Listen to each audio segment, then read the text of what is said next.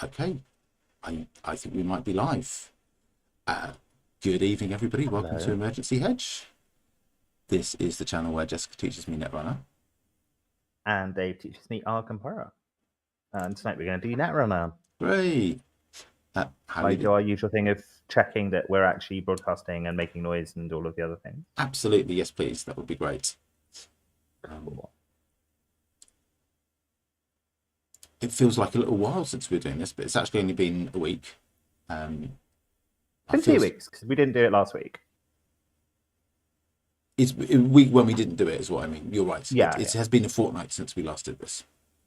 I guess I'm sort of adding the Christmas gap to that smaller gap yeah. in my head. It feels like a little while since we did. Yeah, we're There's me. discussing and making noise. Awesome. There's something about this headphone setup where, like, anything I play on the desktop automatically comes through. So, like, I have all sorts of horror stories where I accidentally, like, start a tab. Like, I'm flicking through tabs looking for something and it starts a YouTube video or whatever.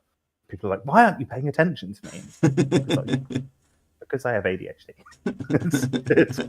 It's what we do. Deal with it. Tends not to go down very well as an explanation, I find. No, unless it's like someone else who has ADHD will just not even ask the questions. Yeah. So we are going to chat fairly briefly about some of the remaining Arkham spoilers, and we are then going to go do some netrunner fundamentals. We're actually at the end of spoiler season. We're not going to talk about all the remaining spoilers tonight, just 6, and we're going to save exciting few for next week. Cool. Would you like to read the what we can see on our screen at the moment? Certainly. This is Scrimshaw Charm. It is a 1-cost rogue asset with we'll call it like brain. Willpower. Willpower, that's it. It's an item, it's a charm, and it's cursed. And for an action, you can add 1 to 3 curse tokens to Chaos Bag and exhaust Scrimshaw Charm. And if you do that, you can gain 1 resource for each token added, and for each token added, gain 1 additional resource. Cool. It seems solid. Yeah. It's hard to imagine you would want this if you're not keen on having curse tokens in the bag, but if you are, I think it's actually a pretty good resource. Like 1 click for potentially 4 resources, and 1 click. And it's only 1 to install. So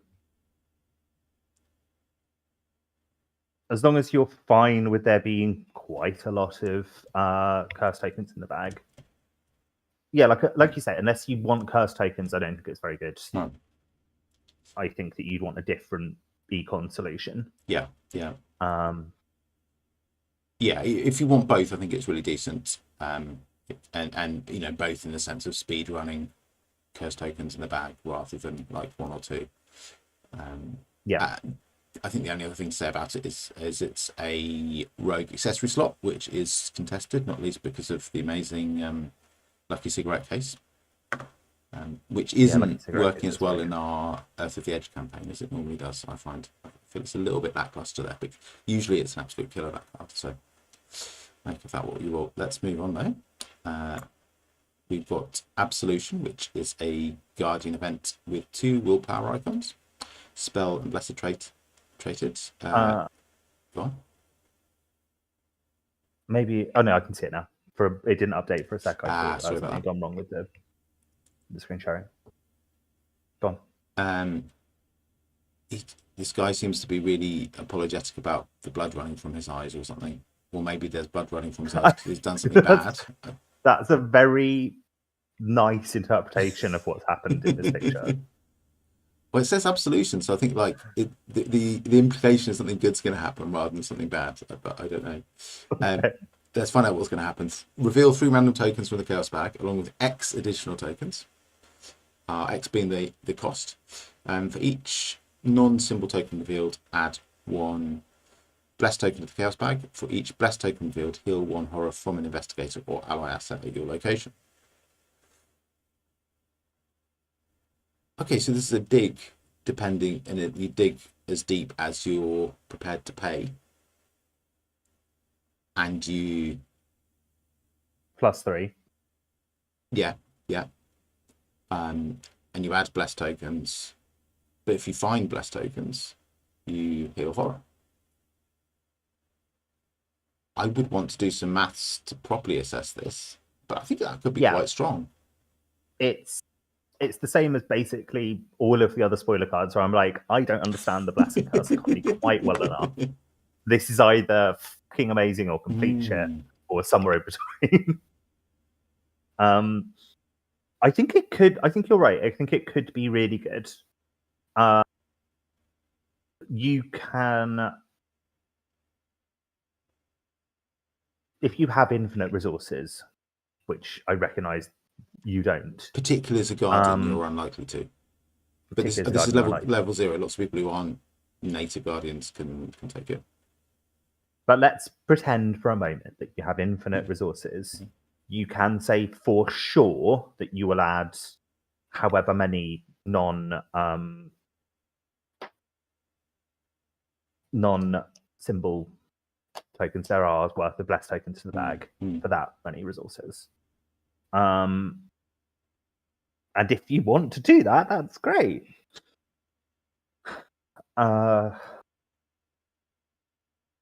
Healing horror is good. Like I found healing horror is kind of hard in a lot of decks. It depends. The healing was a bit underpowered until the Edge of the Earth Investigator expansion.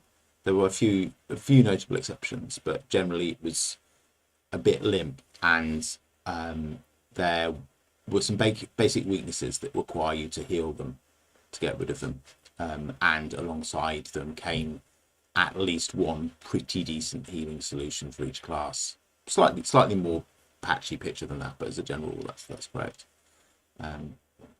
Yeah, I mean, this is, I suppose it's play styles, isn't it? But there's the possibility that this could completely whiff unless you spend a lot of resources on it. Right? If you spend more resources, hang on. If the number of resources you spend +3 is greater than the number of symbol tokens in the bag, you can be certain that it won't completely whiff. Yeah. It won't completely whiff, right? Yeah, that feels expensive, right? Like you've usually got, say, 5 or 6 symbol tokens in the bag. You don't want to spend 7 to just be sure of getting one. Admittedly, like you'd be really unlucky to only get one, really unlucky, but it feels expensive. Yeah, it feels a bit to me like the Mystic Economy card, Voice of Ra, which a lot of people like, and I have had a bad time with. Is basically this. It's like you reveal 5 chaos tokens from the right, and if you get 1 resource or 2 resources plus a certain number, depending on how many symbols you pull out. And if you're doing a bag digging mystic, it's a really good card. But sometimes you play it and it whiffs. You play it and you get between 1 and 5 resources generally. Maybe it's possible to get 7. I forget the exact numbers. Yeah. But it feels like this could be sorry. I was going to say, my experience with it is that when I play a resource generating card, I really, really want to get the resources that I'm trying to generate with it. I'm not actually that interested in gambling. Yeah, sure. Like there are exceptions, like there's some cool rogue gambling cards, but like, yeah, just a flat resource generating event I find a bit bad. But I think like there might be ways to do fun stuff with this if you really need the healing, and you might not really need the healing, and this might be quite a economic way of getting blessings into the bag. Yeah. Also, I mean, two willpower icons. It's a guts. Yeah, that's pretty decent, isn't it? It's a guts that doesn't replace itself. Aside from that, yeah, pretty good. Okay, shall we go on to the next? Let's. It's funny. I thought that I didn't have a lot to say about these, and then now we're starting. I have more. Do you want to read this one? Sure. Confound. It's a 2-cost 3x seeker event. It's an insight. It's a trick. Parlay. Choose an enemy at your location. Test book X, where X is the chosen enemy's evade value. If you succeed, discover 2 clues at your location. Then, if the chosen enemy is non-elite, automatically evade it. It does not ready during the next upkeep phase. Oh, that's pretty good. Yeah. That's really good. Yeah, I think so. I mean, it's pretty cheap, right? An evade is cool. If you have an enemy at your location and you want to get clues, you almost certainly want that enemy to be evaded. Yeah. And it's going to be evaded for the whole of the next turn as well, Mhm. which is like plenty of time for people to beat the crap out of it and kill it. Yeah. Like, I think this is a nice little seeker event. Whether you have better ways to spend 3 XP, I think, is an open question, but like it's good. It's a good event. Yeah, I think in multiplayer, where you might absolutely need 2 turns to clear a location of clues, even with these 2 clues that you get from this event, this could be a nice option for not having to kill the enemy. You know, you play this, you've got 2 clues now, maybe another action or 2, and then another turn to get out of dodge, and then you can leave the enemy in your dust and forget about it, and it'll never bother you again. Do you mean in single player? In single player, you're unlikely to need that much time to clear a location of clues. In single player, almost certainly discovering 2 clues at your location will be enough to clear the location of clues. In multiplayer, because like per investigator clues, you might have it's not unheard of to have a location with 6 or 8 clues in it. Cool. Any other comments? Yeah. No, I think it's good. I like it. I think it's good. We've had this before. We have not. We've had it's an upgrade of a version we've had before. I think I can hear an echo of myself at your end. I can't hear one at all. Oh, interesting. Do you want me to? What do you want me to do? I don't know. I'm saying it mostly because it's distracting me, and I don't know what to do about it. Let's press on. It's upgraded. I can't remember what the difference is between these. Oh, I can't either. I think these options at the bottom, you chose 1 or 2 of them in the lower level version, and with this one you can do all of them. Oh, cool. That's really cool. Seems sweet. Let's move on. Do you want to do this guy? Strong armed. It's guardian skill. It's innate, while strong armed is committed to an attack using a melee or ranged asset. This attack deals +1 damage. After revealing chaos tokens to this skills test, you may take 1 damage to cancel that chaos token, return it to the chaos bag, and reveal a new one. You may do this any number of times. So who's the dude who actually wants to take loads of damage, Dave? What's his name? I don't think. I mean, he can take it. Calvin wants to take lots of damage, but he is survivor and spirit He's cards. survivor, yeah.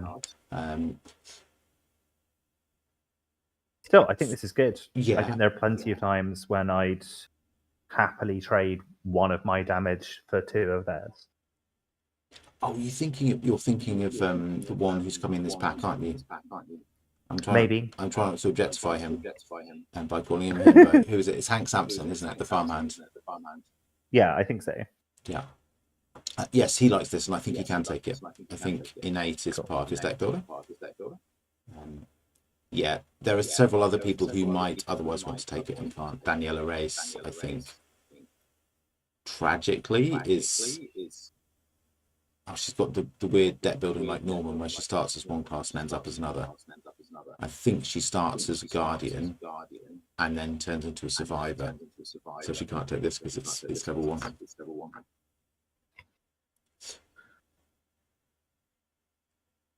Cool. I find it quite hard to grok the ability. extra damage. Extra damage, and you can cancel as many tokens as you want from the Chaos bag, or 1 damage per token. And that seems pretty good. I think, yeah, I really like this actually. If you're taking a weapon that fits the bill, this is like Vicious Blow, but for that really clutch test that you really need to pass, you have some way of doing it. Yeah, I think it's really good. Nice, well done.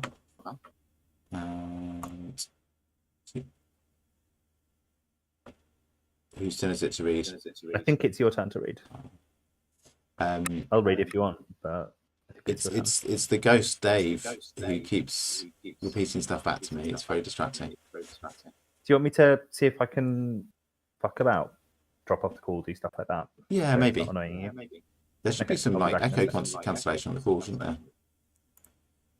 Yeah, it should automatically happen. Like I say, I'm not hearing anything like that, so it could be at your end. But I'll fiddle about on my end first, and we'll see what happens.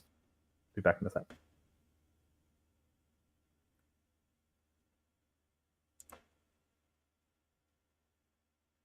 I'm going to look at the settings and the other.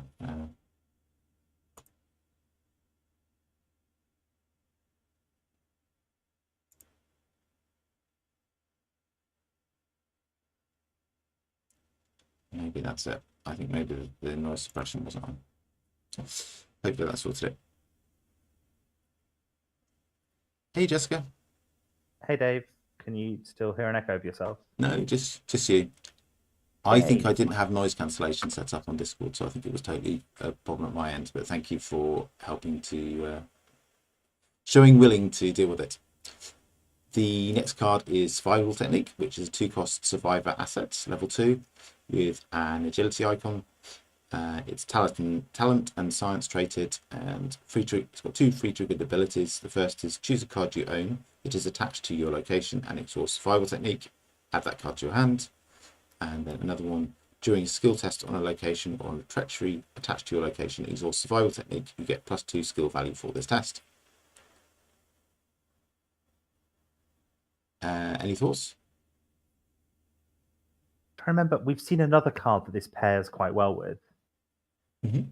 It's Parallel Pete's. I want to say Pete Sampras, but that's not the guy. Ashcan Pete. Parallel Ashcan Pete. It's not the guy. Which is the dude you can see making a little fire on the art of the card. I haven't played him, but I heard good things about him. I think it was a really nice design because it gave a little glow up to a bunch of cards, mostly in Survivor, that attach to locations and do things and weren't really hitting the spot. And I think he had the ability to move those cards around. A bit like how Arasana made a few cards in Netrunner that previously no one was very interested in, more exciting because she could deploy them at speed and move them around with Urban Art Vernissage. And I'm not so familiar with Parallel Pete that I know whether this is unnecessarily duplicating his ability or entirely complementary to it, but I hope it's the latter.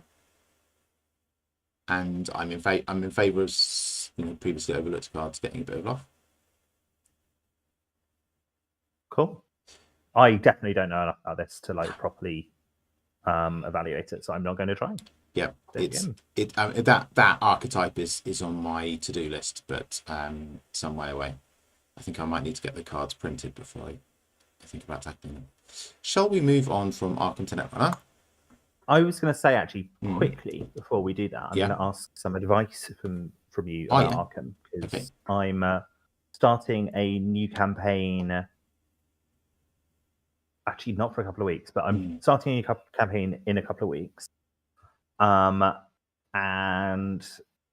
my compatriots are asking what investigator I'm going to play. And I'm thinking I probably want to play a rogue because it's the one class I've not played yet. So, A, if I were to play a rogue, what rogue would you recommend as a fun rogue to play? And B, if I decided I wasn't going to play a rogue, is there something else you think it would be interesting or fun for me? Mm-hmm. So, which campaign will you be playing? I think we might be playing Carcosa. Okay. Your second one to It'll be a kind of a concurrent run. To be honest, we've back and forth on it so much that it could be one of several different campaigns. That will. It could also be Dream Eaters. It could also be Edge of the Earth. I cannot remember what we settled on. Partly because I was like, yeah, I'll do any of those, whatever other people want to do. Yeah, I mean, choice can be better. Like, it's slightly campaign dependent, but rogues are cool. I think rogues are maybe my favorite class at the moment. Oh, really? Yeah, rogues and mystic I find the most interesting to play, and that's, I think, because they have the most wacky cards basically. Let's have a look. So we've got Finn Edwards, I think one of the really solid rogue entries, with the downside of low willpower. Okay. Jenny Barnes, a little bit difficult to get good, I would say. Yeah, I'm intending to come back to her with a full card pool, but I was a bit underwhelmed by her. Kaimani, enemy management through evading. I think good in a larger group where there might be a little bit of other kill power knocking around. Monterey Jack, the worst named investigator in the entire Arkham Files universe. Why? Explain your reasoning. Monterey Jack is an American cheese. Oh, okay. I think that this is the name of the guy who made the original Arkham Horror board game back in the 1980s. I think this is the name of a role-playing character that he made up when he was a very young teenager, and the character name got into the game there, and it stuck around in the Arkham Files. Okay. That's my reasoning. I have a quite a strong grudge against his name in the IP. Nothing against the character per se. I just think it's wrong that he's got such a silly name. Because the other name, most of the other names are quite evocative and nice, and his name is fucking stupid. But there we go. He's very mobile. I've not played him. He seems cool. Preston. You have loads and loads of money, and you do everything by spending money, and he's absolutely useless otherwise. Amazing sort of leader narrative. He's a rich guy, so he pays for everything, and he's absolutely useless and helpless on his own. He's like a trust fund kid, right? He gets a load of money at the start of every turn and loses it at the end of every turn. Yes, exactly. I've seen Josh play this character, and it looks fun. I think he's really. I've not played him. I played against him. My other half played a campaign with him. I think he's awesome. Yeah, I think he can be very strong as well. Sefna Russo, very interesting major minor rogue mystic. Event focus, a little bit fragile, but very interesting. Skittertool, not the strongest. I think he has his place, but you need to work to make him really sing. Tony Morgan, very, very strong if he wants to do fighting, but a little bit one note in that regard. Chris Scarborough, very good all-rounder, subclass seeker. Okay. Really quite strong. Winifred Habermuck, an absolute blast, one of my personal favourites. Of all of these, Finn and Winifred I've played lots of times over, and some of the others I've not played at all. So what are their abilities, Finn and Winifred? We won't do everyone because I don't think we've got time. Finn is, you get an extra action every turn which you can use to evade. He's got quite cool deck building. He doesn't. He's like 0 to 3 or 0 to 4 rogue, 0 to 3 rogue, but you can do illicit up to 5, and you can get some seeker or survivor cards in there. But it's a very good ability. He's got 2 signatures. You have to watch out for the willpower of 1. He can really get hammered by the Mythos phase, but yeah, getting extra action every turn pretty much is very good. And Winifred is she's all about committing cards. So if you commit 2 cards to a test, 2 different cards to a test, then you draw 1. Cool. Those both sound very fun. Great. Those are some excellent recommendations. I think I've got a better idea of what I would like to do. Is that a sort of idea you can share with the class, or you've just like got a bit of a grasp on them? I don't think I'm gonna. Okay, so I quite like the idea of playing Preston Fairmont, so I think it will involve doing some stupid stuff, and that seems really fun.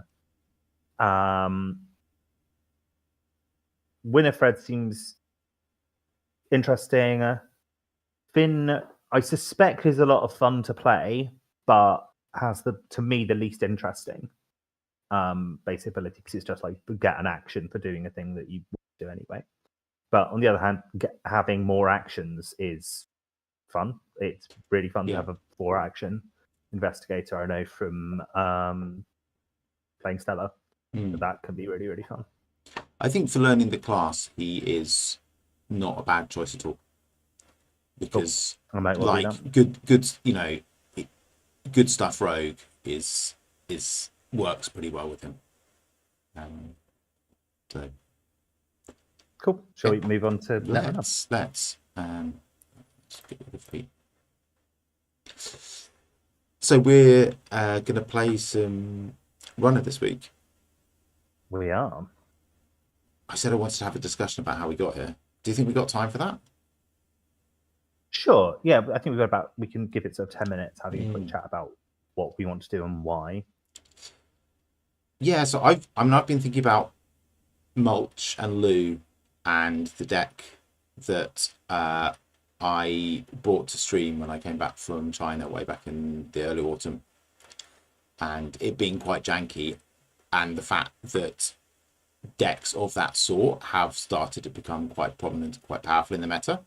Yeah. After Worlds, actually, like, but I kind of feel that they've been the big rising force in the meta post Worlds on the runner side, and I find that quite interesting. And I have been tinkering with that deck and trying to make it work ever since. And I've also had a little like dipped my toe in some of the other decks built by people who are good at building decks, and I feel a bit like I don't quite have the chops to play those decks to their full power and ability. I think I've kind of got my head around the one that I've been working on, but it's missing symbol chip basically. It doesn't do much stuff with symbol chip, and I think that's the kind of secret sauce that these other decks do have. And playing with that card particularly requires like a lot of knowledge and practice and understanding of the different things you can do with it that I don't really have. It's an incredibly difficult, or it's a complicated deck to play.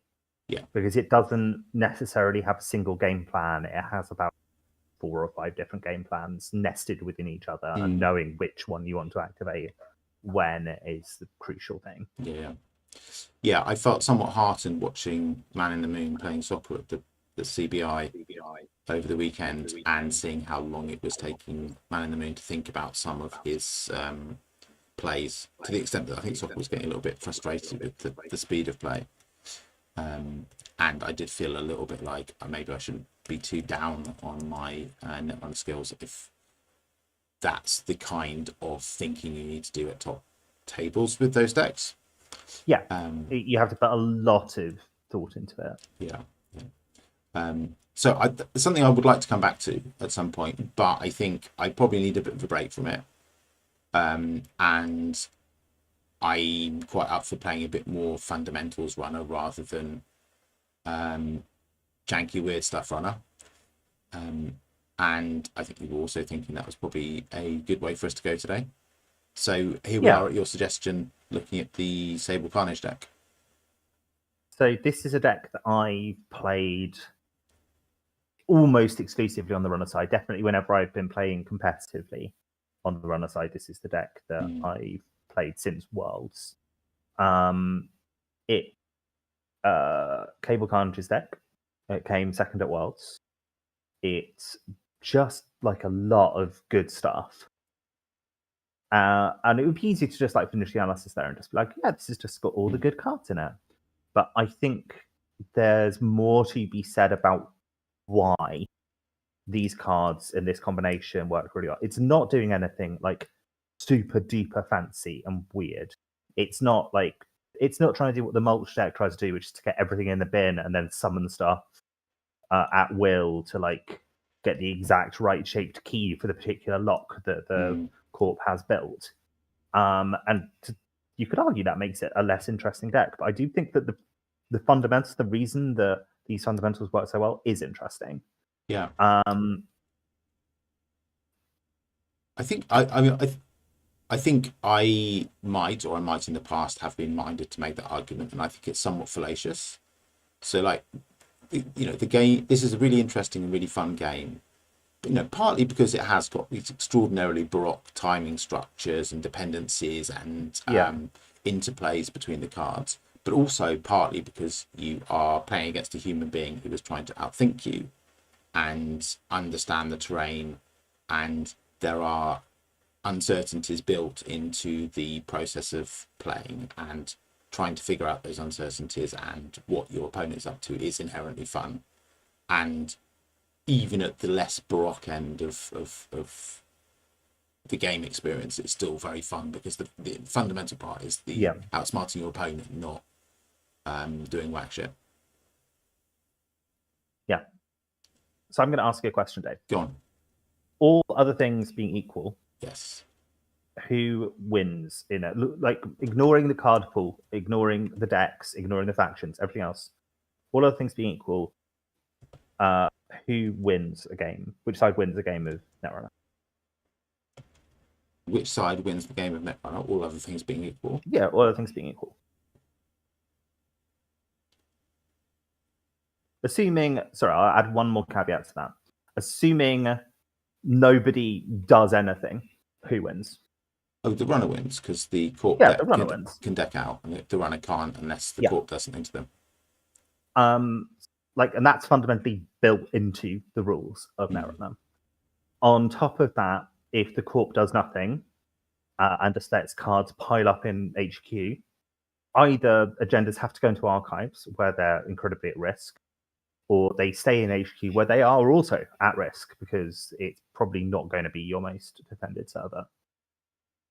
So the fundamental thing that this deck does, I'd say about a third of the cards in this deck are slowing the corp down. Not necessarily for the first maybe 3 to 5 turns. This deck is all about slowing the corp down and ideally keeping them static while you make progress at your end. And we can talk about some of those cards. I think we should. It is notable that Cable Carnage has given basically 4 words, dedicated 4 words of this description to the deck and what the deck is, which is this is Reg Crim. Yeah, it's Reg Crim. There's like a sentence or two about what was swapped from the deck that it was copied from, but in terms of explaining the deck to the novices of the community, this is Reg Crim. Yeah. So yeah, a bunch of these cards, like I say, just try and take tempo away from the court and give it to the runner, and try and freeze things in place for the early game. So diversion of funds. Diversion of funds is the most obvious one. I actually think diversion of funds is really good design, and I think that's supported by the fact that it's fallen off a little bit. I remember how broken its forebear account siphon was back in the day, where you would think you stole 5 from the corp and got 10 yourself and took 2 tags and it only cost a single click and all this, and like didn't cost any credits to play, and it was incredibly broken and kind of unfun. It was one of the first cards they banned. So this is actually a FFG near print of an FFG card. Yeah, it's kind of a near print of an FFG card. A what near print? Sorry, a fixed one. Yeah. So like the biggest difference with this card is if you look at it purely as an econ card, right? It's crap. It's a bad econ card because you have spent, the best case scenario, you have spent 2 clicks and a card to get 4 credits, which is quite a bit worse than like Sure Gamble or something. I guess theoretically you might get like a Wake Implant token as well, but like let's ignore that for the moment. And let's ignore the fact that Sable might do it for 1 click and all of that sort of thing. It's still at best a Sure Gamble and usually much worse than a Sure Gamble. What's good about it is that there are lots of situations where taking the corp down, if you take the corp down from 5 credits to 0 credits, they almost certainly have to spend the next turn clicking 4 credits. Even if they've got something like Predictive Planogram in hand, they probably still got to spend a couple of their credits to. They do still have to spend a couple of their credits to get back up to 5, and that's fulfilling what we want to do, which is to keep the corp static. A turn spent clicking for credits is a turn not spent doing anything else, and we can spend 2 clicks and however many other resources to get in, steal all their money, and then if we draw twice, or if we've got like clickless econ on the table, then that is great because we're progressing our game plan while the corp is kept static. Other cards which support this are Boomerang. Boomerang is a really good card to support this because you can make sure that you get that early diversion in. Inside Job, I think, is actually a good example of a card that supports this because it means that the corp can't feel safe early on just sticking an agenda in a remote behind one piece of ice. So it means it takes them a bit longer to get to the phase of the game they want to be in, where they're scoring stuff out safely behind ice. And hopefully by the time they get there, they're not there for very long before we've got the breaks that we want. Boomerang. Boomerang is almost like not Boomerang. Bravado is often almost like a soft diversion of funds. Because if you're forcing a res that they otherwise don't want to do to stop you getting money, you are taking money away from them. And it's a kind of like damn if you don't thing. If they res, fine, you've cost them money and you've made some money. If they don't res, hooray, you've made even more money and got an access of wherever that access is. It's one of the strongest cards in the game at the moment, to the point where it's almost like if you play it really well, it's incredibly powerful. What else is in here? Hermes, my most hated card, the card that I've whinged about more than any other this meta, is just ideal for the plan that we're talking about. It slows the corp down. If they're having to spend an extra click every time they score an agenda, that is huge. Like when the corp only has 3 clicks, having to spend 1 of them reinstalling something, it's a third of their turn gone. If they're scoring out an Atlas or something, that suddenly it's not 3 clicks, 3 credits, it's 4 clicks and 3 credits, and that's painful. And they often have to have that extra click because they can't risk you getting rid of the ice on HQ and then diversion of fundsing them. So that can mean an entire extra turn in practice where they put the agenda in the remote, advance it once, and wait. And that gives you time to go and find a Boomerang or the Right Breaker or Inside Job. So this is one of the most effective cards for slowing the corp down. And then Sable, just Sable's ID in general. slows the corp down because they want to go and find. They don't want to leave R&D and archives open. Yep. Because, especially not if you install Info Bounty or something like that. Yeah. And you'll notice a lot of these other cards. For a start, they're just good. Like Mystic Mamie and Paladin PMO are. Sorry, just one sec. Are fundamentally good cards. Yep. You know, credit a turn is good. It's even better with the twinning. Yes. But they kind of feed into that strategy that I was talking about. If you install Paladin Poemo on turn 1, and then your entire strategy is about slowing the corp down, you are now getting even more value from making the game go longer because you're getting an extra credit a turn. Yeah. Yeah. Likewise, Info Bounty is a card that gets better the longer the game goes on because you've got more and more chances to get free 2 credits. Yeah. I feel Miss Bones sort of falls into the category of stuff that slows the corp down as well, because you've got an absolutely huge pile of credits for trashing their cards. Yeah. I mean, Miss Bones invalidates entire game plans. I played a game earlier today where I put out 4 assets turn 1 because one of them was wage workers, and they installed Miss Bones, dirty laundry the wage workers, and then just trashed everything else on the board as well. And I was like, oh, okay, ouch! Like that's completely invalidated my first turn, and you're fine with that. You're fine using your entire turn invalidating my first turn. If we both end up in the same place, that is good. You're winning as the runner. Amaku is the one that might be most take the longest to talk about. Installing an Amaku early, if you can, really slows the corp down in situation. If you can install it and get it up to 3 or even 4 tokens in a single turn, which is not impossible at all, it almost dictates that the corp will have to go and purge. Now, they might not have to spend an entire turn purging because Movirus is a thing these days, but they at the minimum got to spend like a click and some credits or set up some kind of nice bluff to get you to run it. And that's time that they're not spending scoring agendas. Yeah. I'm glad to be playing this. Do you want to say anything more about the Breaker Suite?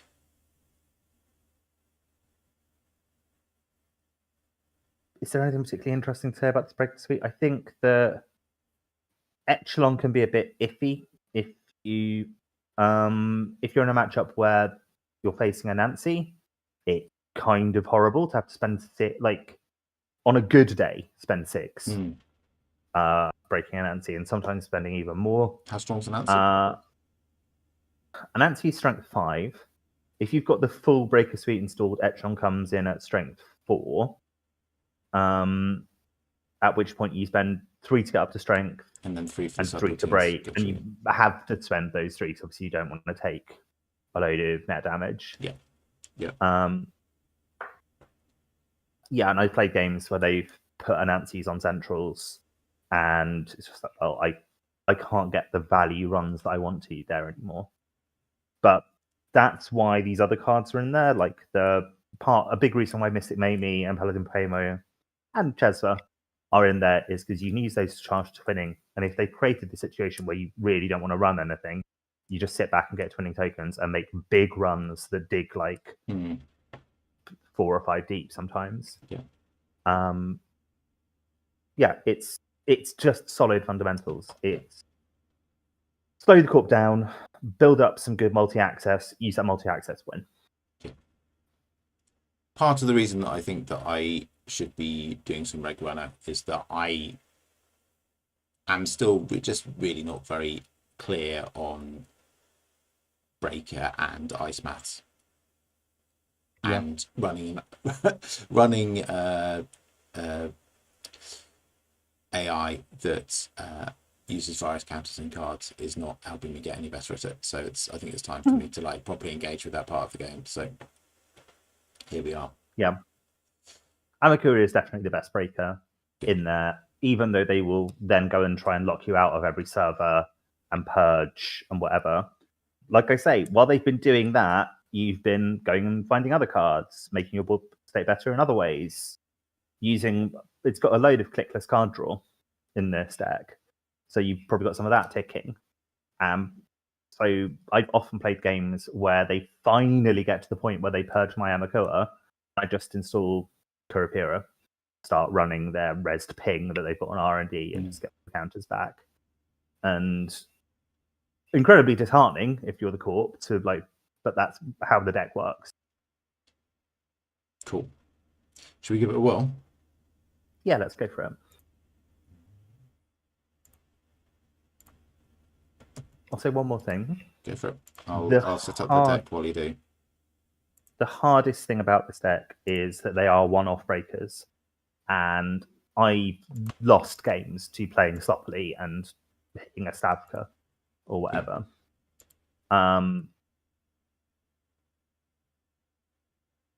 Often the games aren't quite as lost as it feels like when you lose key breakers, but it can create some awkward situations when you're trying not to.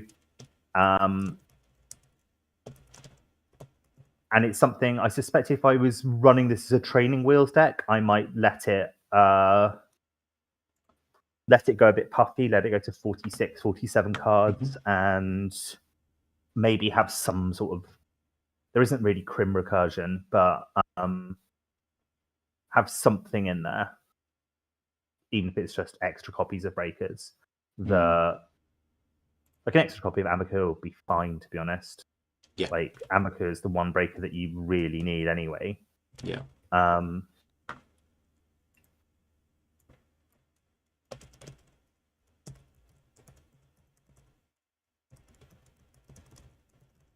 So yeah, if we die to accidentally losing our breakers out of hand or off the board, then we'll try it again with the next Amakua. Cool, that sounds good, yeah. Let me make this big. Oh, and I'll also apologise to our many watchers. In fact, it looks like I'm like under the ocean tonight. We haven't addressed that, have we? My webcam. I think I'm at the point where I'm going to buy a new external webcam because this really sucks. Like, it was always a bit crap, but it's gotten like suddenly very, very crap, and I didn't really understand why. I'm just glad that we're doing this, but I'm pleased at the thought that you're making an homage to that thing that we were talking about before, and I've forgotten the name of it again. Max Headroom. Oh yeah, Max. Yeah, this is my homage to Max Headroom. Okay, this is... I will say right now, this is a really hard matchup. I don't like... This is one of the hardest matchups. Do you like this hand? They're going to go really fast, is the thing. And none of those cards are really fast. Okay. Those are all slow cards. That's mulligan. Yep. Info Bounty, Boomerang, 2 Doofs, and the Chilled Out Lady. The Class Act, which is... let me move our faces away a little bit.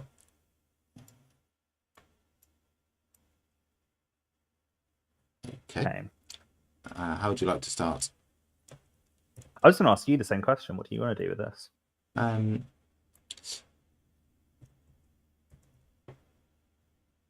I'd like to get the Class Act out if possible.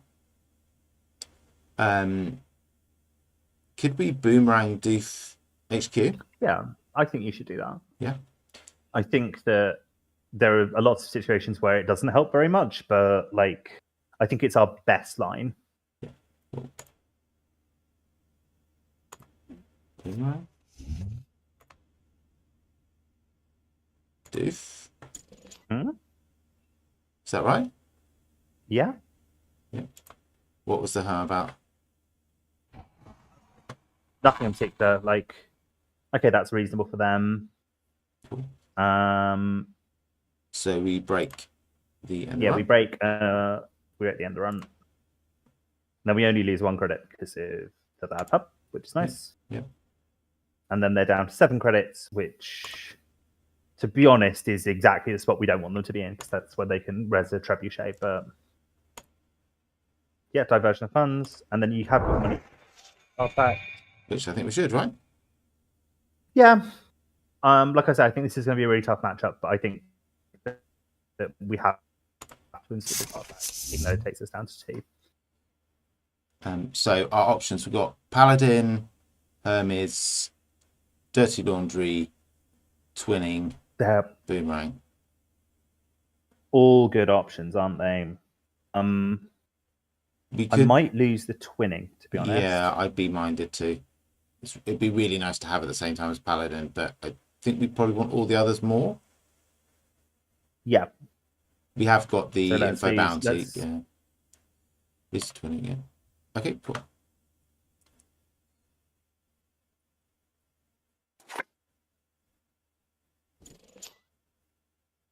Yeah, I thought that might happen. This is one of the problems that one of the reasons I said this is a hard matchup is they can just do that. They can get 10 credits for nothing in this matchup, and that's kind of horrible. Let's find out what our mark is. Our mark is Archives. Should we Dirty Laundry it? Oh no, let's info bounty first and then Dirty Laundry it. We can't do, well, we could do both this turn if we click for credits. I would recommend just doing info bounty this turn, and then saving the Dirty Laundry for a later turn. So info bounty and run. Yeah. Paladin? Yeah. Hermes, maybe? Yeah, I'm wondering about Hermes, whether we want Paladin or Hermes. Hermes is good because they have got hostile takeover in this deck. Info bounty run, Hermes take a credit. Oh, and then we have got a click left, so we could actually do those, couldn't we?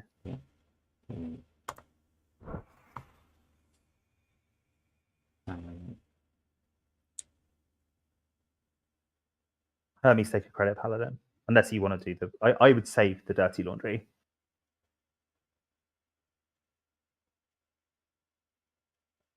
Yeah, Paladin doesn't get one on. Doesn't start with a thing. No. It's...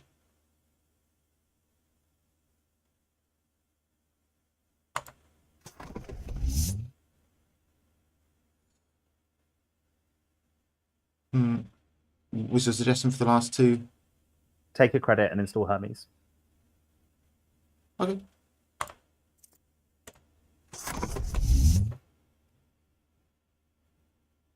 Now, we might end up clicking for credits, but if we do, it will be kind of okay. So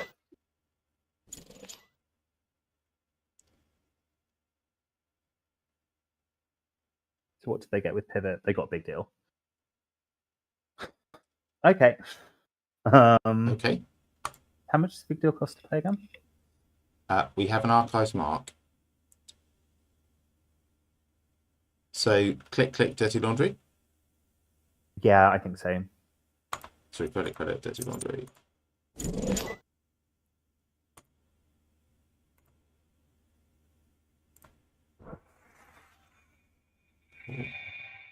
And then we've obviously done this the wrong way around. I think we should probably draw. I'm happy to, yeah. We could also. What play were you thinking? We could also Boomerang Doof. We haven't got enough clicks for it because Doof is 2 clicks. Thank you. Yeah, draw 2 then, I reckon. I agree with that. I think Daily Cast over Bravado. What do you think? Yeah, why not get Daily Casts down this turn? I think it might be a bit slow, but we'll see. Yeah.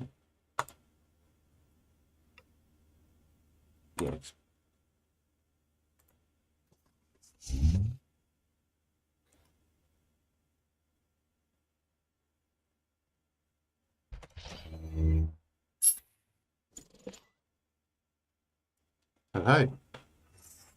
Okay. Oh, yeah, I will. Is that an Atlas? Yeah, there's 1 unrest card, so we'll bounce that.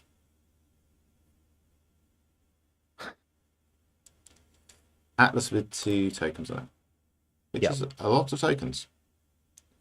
Mark is... we've now got to like get lucky off of accesses.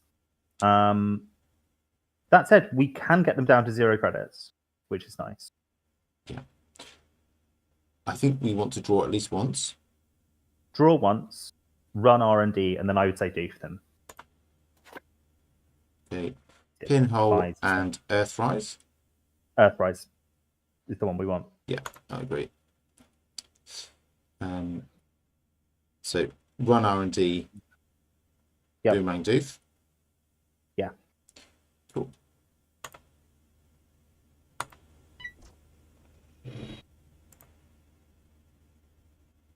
Start takeover. Yeah. There's nothing we can Sadly do. Getting them down to 0 is really good here. Yeah, so Boomerang.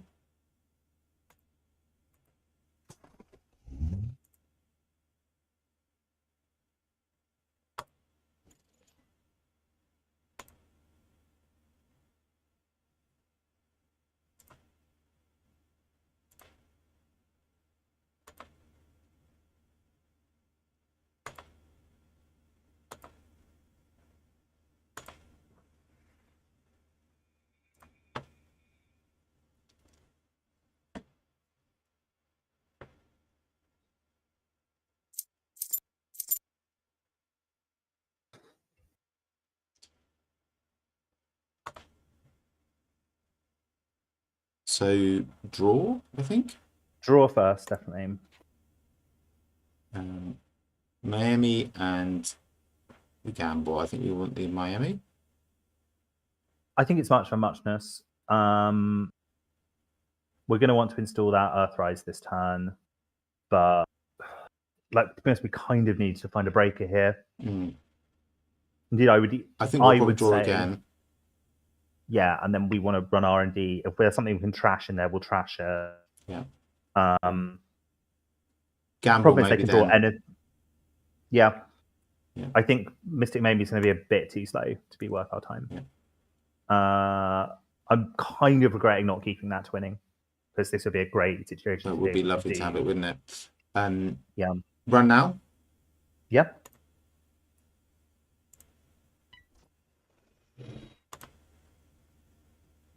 Spin Doctor. Trash that. Yeah, let's trash it. Go again, I think. We've got to try and find the cards that we need to find. Yeah. So maybe even run it twice for it.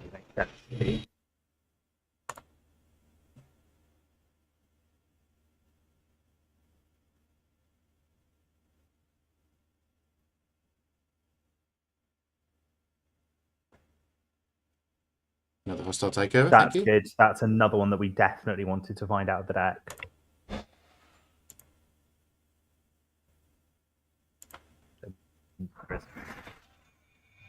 And I'd say run it again. One more run and then Earthrise at the end.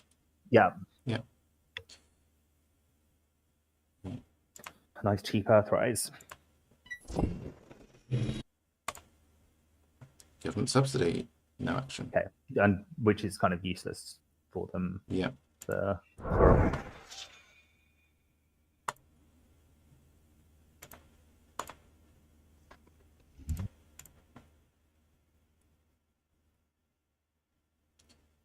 So hopefully this Earthrise will get us a breaker while they have a nice... Yeah. It'd be lovely if we got that Amakura while they have a nice empty board. It would. Especially with Afshar on HQ. Yeah. Okay, let's score a hostile takeover. And we get to see 3 cards and keep 2 of them. So hopefully we find Amakura or Mutual Favor would be great. Sable first. Vigilante. Okay, so we've got this twinning that we've been asking for. Buy a Let's band. get that twinning. And no free lunch. We'll lose no free lunch. It's clearly the least good of the cards. Yeah. Buy your bands into archives. Yeah, sounds good. And yeah, and then almost certainly install. Yeah, see what we draw with it. So But draw probably, first, and then presumably installing the. Oh, we can install the twinning, can't we? And it won't cost us anything at all, which is nice. yeah, we shouldn't spend the Paladin promo credit on it anyway. Yeah. Still no breakers.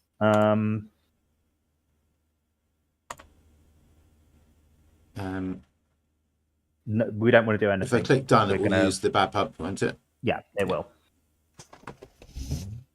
So we've got Oh, Mavarus. a virus and a regulatory capture for some reason. That means that they are swamped in HQ. Right, so that's where we'll go otherwise, next. why would they get in? Yeah. Good point. Yeah. Paladin. No one res cards, sadly. Okay, Mavarus in there. That's worth noting for when we get Amakua up and running. So let's see if we can. We're drawing for some way to break now. Yeah, draw for something that can break. Flip switch. Drawing. Draw again. Another gamble. A final draw. Yeah, and then do install something this turn because you want to get the twin encounters going. Yeah. That said, I think that they're probably going to install ice this turn. I'm wondering whether we should do the wake implant now, as I don't really care. It'd be sad if we lost maybe the pinhole, but the rest of the hand, I'd be quite happy to lose one of these cards. Doesn't seem like. And then draw last click. Yeah. I would rather. Well, maybe we could draw last click, and if something we really want, we'll install that instead of the wake. Yeah, that's what I was thinking. Yeah, cool. It's another twinning. We don't want that. Yeah, we don't care wake about that. One from Paladin and keep the other. Oh, it's just perfect. That's exactly what we wanted to happen. That's great. Okay, so we're on 4. They're on 3. Yep, and they could completely ice up this turn, which would be bad for us, obviously. But we do get to see 3 cards off the top next turn, and like I say, they.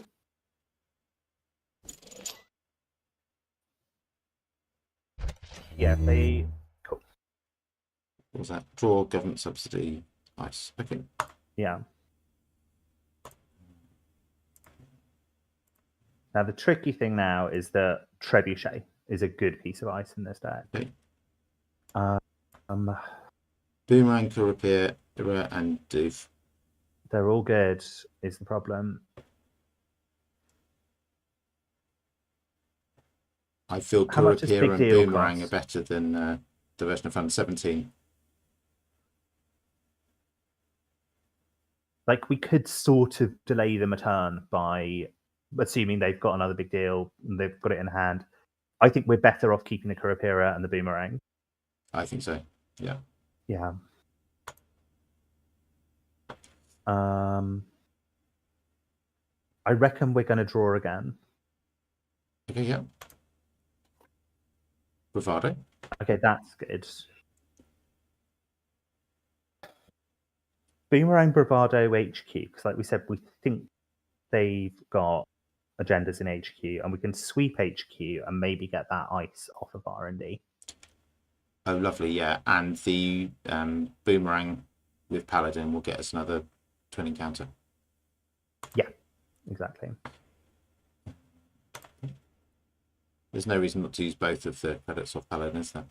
No, there's no reason not to. We'll get another one next turn anyway. And we might pick up as many as 3 agendas. Yeah. But we'll win if we do that. But we'll... HQ.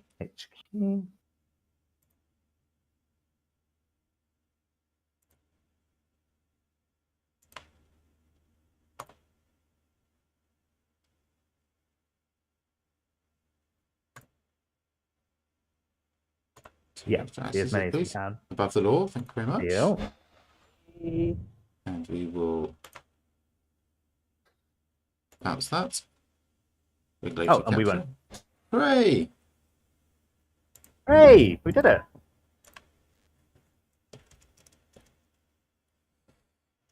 Yeah, they looked really flooded. Oh, and they're gone. Yeah, well, Um, that was nice. that was nice. Like that went really well for us. Did they keep or did they mulligan? Let's go and have a look. They kept. The flood must have been after, or it was a very bad choice. Yeah.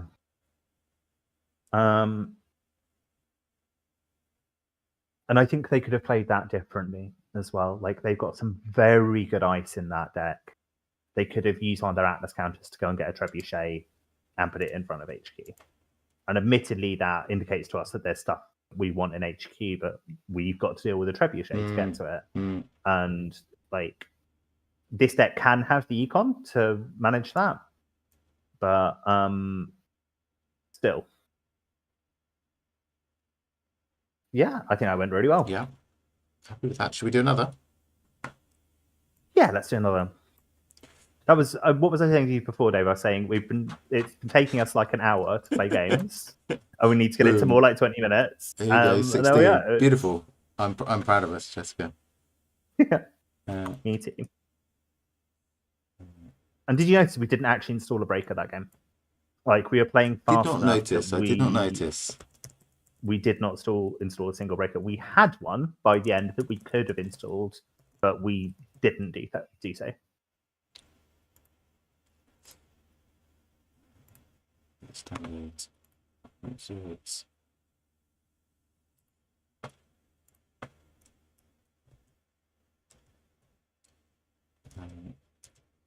Yeah, it turns out it's fun playing good decks. Who knew? Yeah, it is. It's a really well-tuned deck, and like it doesn't. It's very, very interactive as well. Like there are great shaper decks out there that are like you do need a big brain to play, but also the thing that you're doing is sitting back and building up your combo or whatever and barely interacting with the corp. This deck forces you to interact with the corp if you want to get value, and that's always fun. Yeah, like it's part of NFG's design philosophy that interaction is good. I don't know. It's tricky this because it depends what kind of ob they're playing. But we've got no burst econ in this hand, unless you count diversion of funds, which you shouldn't, because there's a decent chance that we can't use it. I feel it's probably a mulligan. I think it's a mulligan.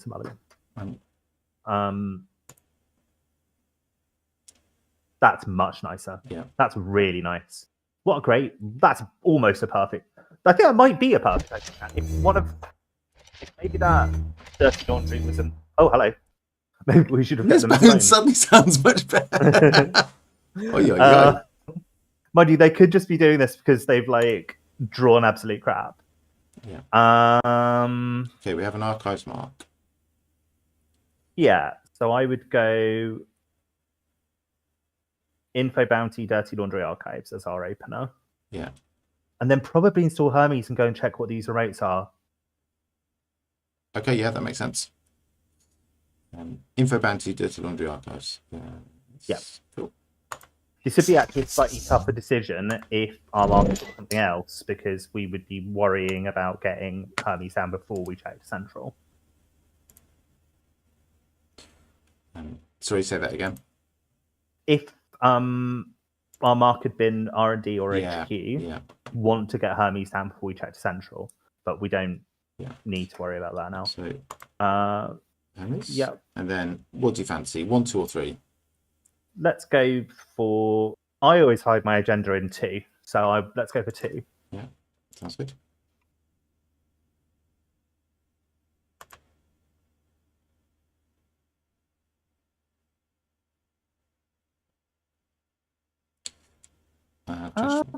Yeah, put it in the trash. The good thing about that is it strongly suggests that they are playing ice. I just wondered if it was a kill deck and whether we should not have 2 cards in our hand.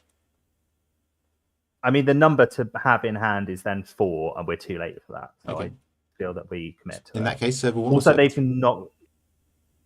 Sable one. Like, we might die. You're right.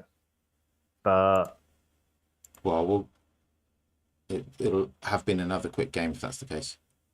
yeah, maybe we should have diversion this turn as well. Rashida Jaheim. Okay, that's good. Yeah. That's why it probably wasn't worth diversioning. Yeah, let's kill that Rashida. Yeah. And see what they've got in this remote. It's a Reaper function. Okay, so they might indeed have killed us. But I don't think there's any way they can do an extra net damage for... Okay, that's good.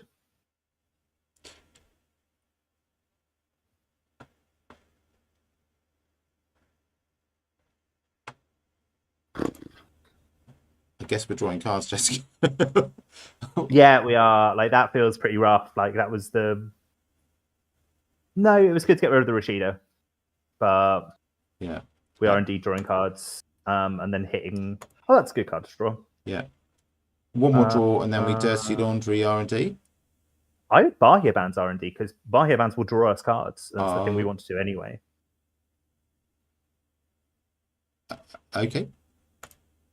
And we'll get the money back off Info Bounty. Okay.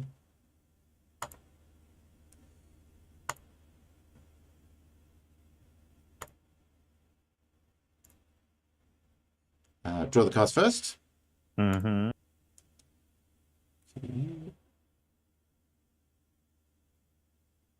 And I guess we install the Wake Implant, and then we go and hit 8. I hope it doesn't hit the Dirty Laundry. Yep.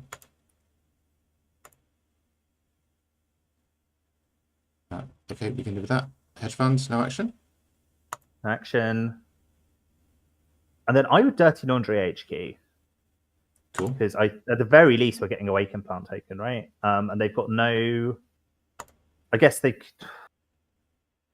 We probably want more cards in hand than we've got. It seems like they're the kind of deck that cares a lot about what cards we've got in hand. Good to know. Okay.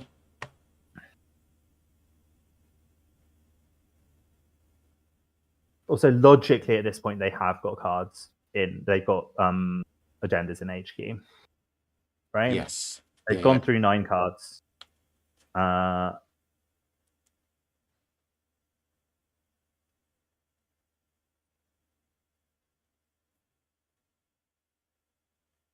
It's so hard to keep. Yeah. Ice Wall.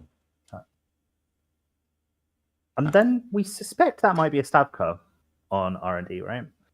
We're just gonna have to draw, Dave. Yeah, I completely agree. I think I'd like to get up to 4 and try and stay above 4 from now. We know they're trying to damage us. Yeah.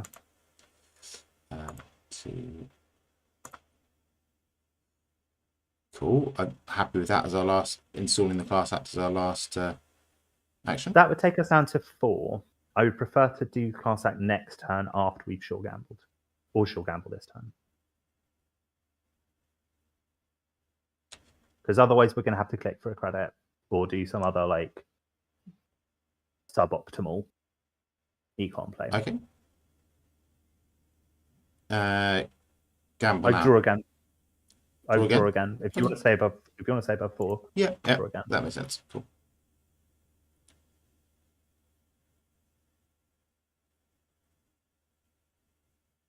Also, like we suspect that this is an assets deck. It would be really nice to find our misspades. Yes, absolutely. Okay, somebody's making a scoring remote, it seems. Is that how they meant to do that? We'd love to see an archives mark. It's HQ. Okay, so there's an argument here for running server, bravadoing server 5 and saying, do you want to res all your ice? The problem is with OB, often them having their ice resed is really good for them because they can swap it out for other stuff that they want.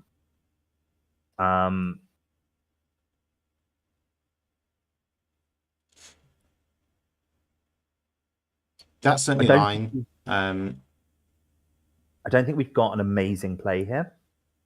I think we might just want to keep drawing and then get the class act. Like, draw, gamble, class act seems reasonable. You don't want to find out what's in Service X? It's a spin doctor, but you can if you want. No, I'll trust you, and we'll see. Draw, gamble. It's probably a spin doctor. Maybe it's another Reaper function. Like, maybe it's an Urtica Cipher, like, if it's that kind of deck.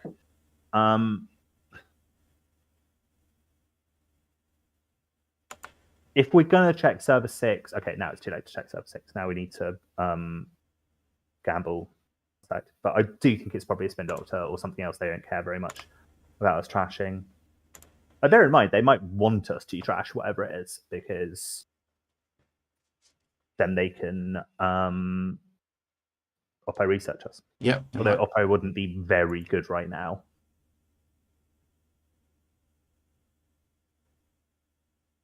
It's a scoring, right? Yeah. Okay, so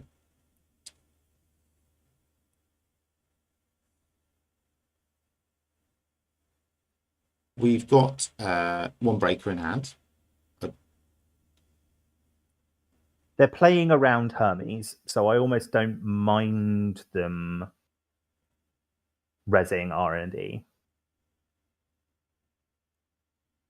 Rezzing R&D? Yeah, because I'm thinking, do we want a bravado R&D?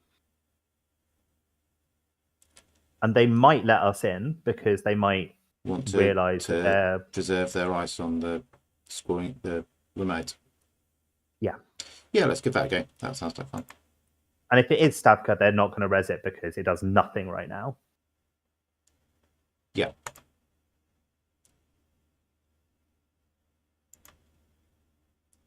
It is a half run. It's a half run. So that's the kind of deck that we're dealing with. That's going to be quite difficult for what we've got. Yeah, we bounce off it. We can't get through it. They've also got the only breaker that doesn't really help. Who's got the only? Oh, we have. Yeah.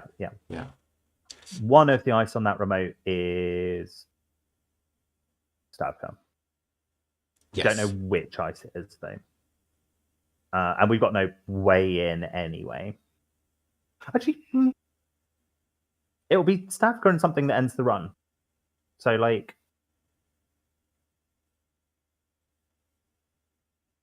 should we try and make them have it?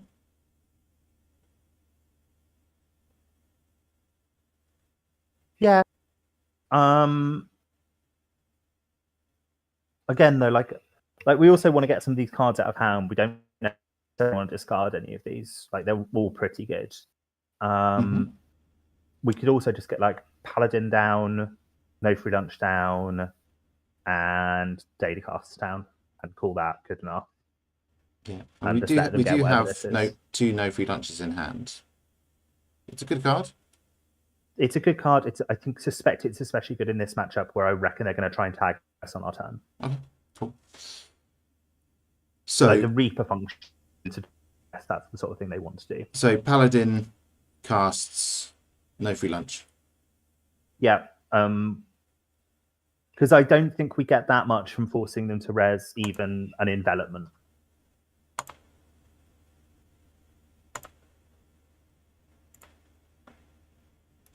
And then next turn, we just have to like keep digging for breakers. Yep. Armed intimidation. I assume you want to take the tags. We can. Yeah, they can't kill us with them right now, so we take the tags. We get rid of one of them immediately. Yeah. Because like the worst thing they can do to us with tags is 4 net damage, right? Yeah. I mean, they can trash something. Yeah. Which ice shall we go for, inner or outer? Inner. Yeah. And then we'll move a tag. Yeah. And then they'll presumably, yeah. I I should have seen that coming. I'm not very familiar with that card or this.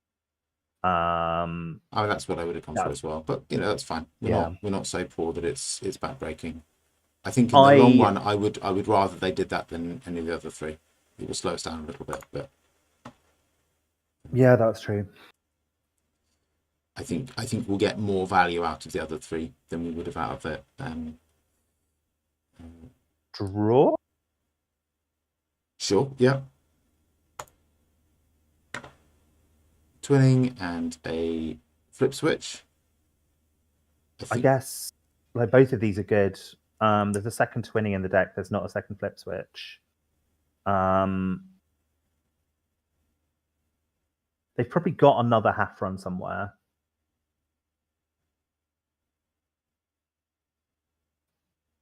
I guess we take the twinning. We're going to need to get rid of this tag this turn. Yep, for sure.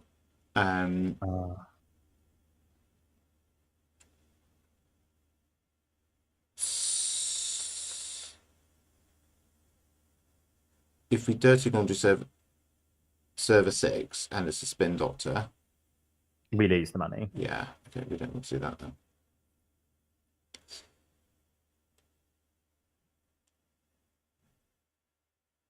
This is not going well.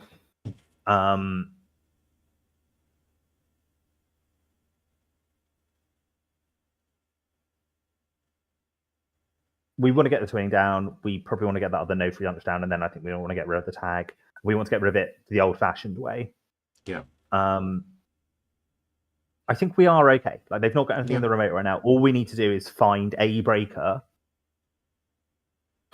next turn, a breaker that gets us into HQ next turn, and we'll be good.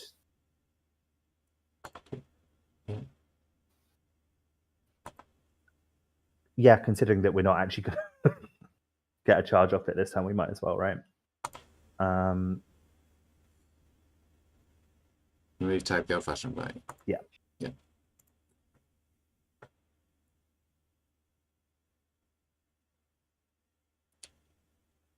Yeah, I wonder if they have an oppo in hand and that spin doctor's just sitting out there waiting for us to as a sort of tag bait. Yeah. Okay, the ice has gone back on and a card's gone into the right. Draw. Hello. Hello, there you are. So we don't want the card we already have. We want the card we don't have.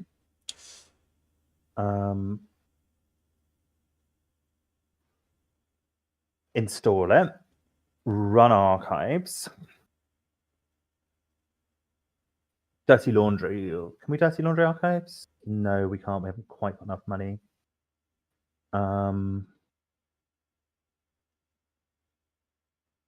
So it will cost 2 to install. So if we click install it, dirty laundry archives. Yeah. Yeah. Click for credit, I mean. Yeah.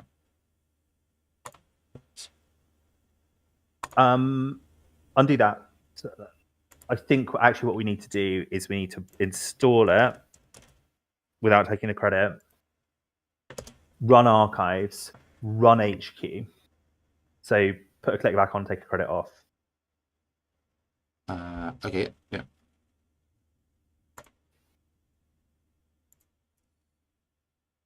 Install it, run archives, run HQ, which will get us 2 credits, and then hope to steal an agenda and take that agenda out of. We can completely sweep HQ, which is good. Cool. A good thing to do. And we'll get a wake implant charge. So just run archives. Yeah, to get the 1 token. Yeah, cool.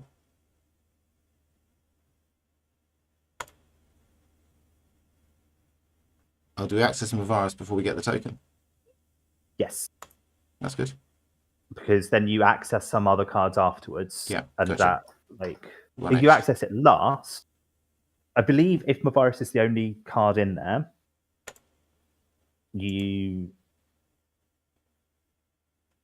right, so we need to hope that there's an agenda in here because that will really slow them down.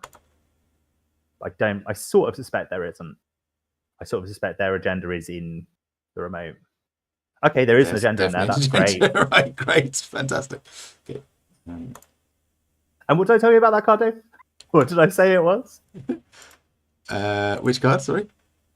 The Spin Doctor. I was like, Yeah, it's you a know, Spin you did, Doctor. you We did, can run yeah. it if we want. Okay, there's the Rashida. There's an Afshar.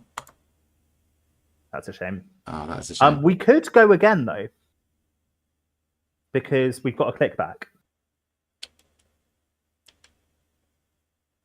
And at worst, we get a token, right? At worst, we get a token and it's a 1 in 4. We could even Dirty Laundry it. No, we couldn't because we haven't got enough credit. Boo. Unless we want to spend unless we want to get rid of the no free lunch. No, let's just run. I think. Yeah. From what we know of their game plan, I think we'll be glad of having that at no free lunch later. And this is great because we've got these wake implant counters. Yeah. Trash Rashida?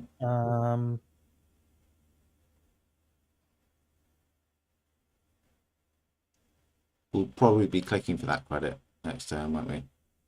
Yeah, but I think we should still trash Rashida. Okay.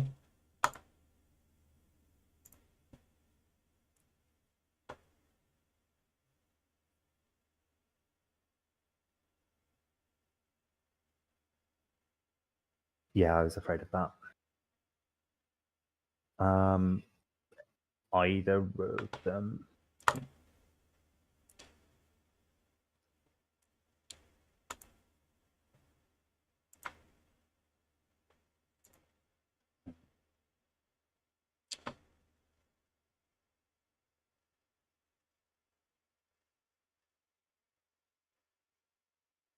Okay, hear me out.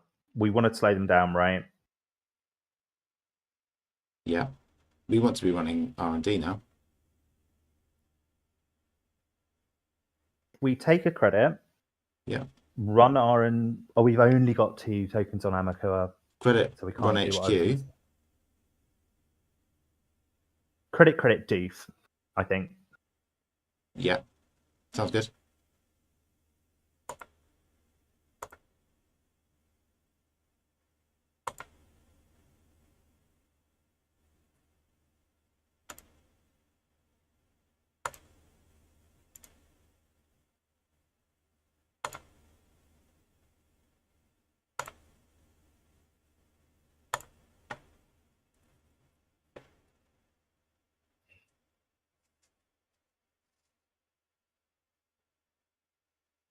Like having those 5 credits is really nice now. Yeah.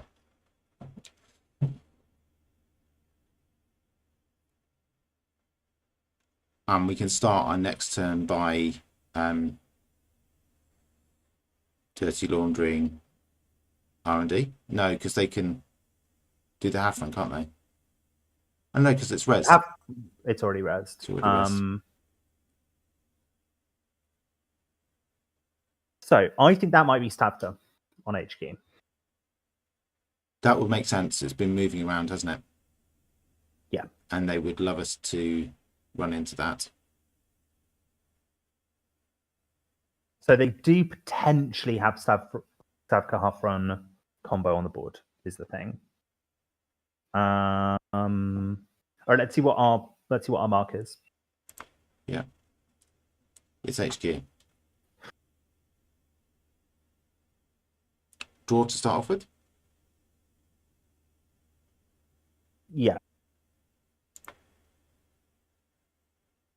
Kurapira and Earthrise.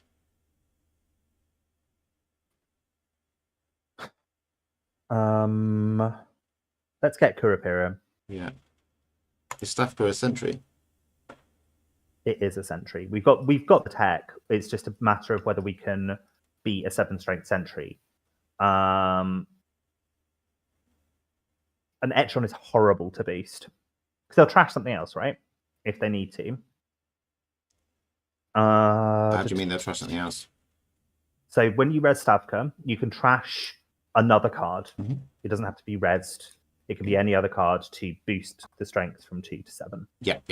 So we would need to be able to be a 7 strength sentry to not lose both of our breakers. They'll trash something else, meaning they'll trash another card. Yeah, gotcha. Yeah. So if we installed Echelon, it would come in at strength 2.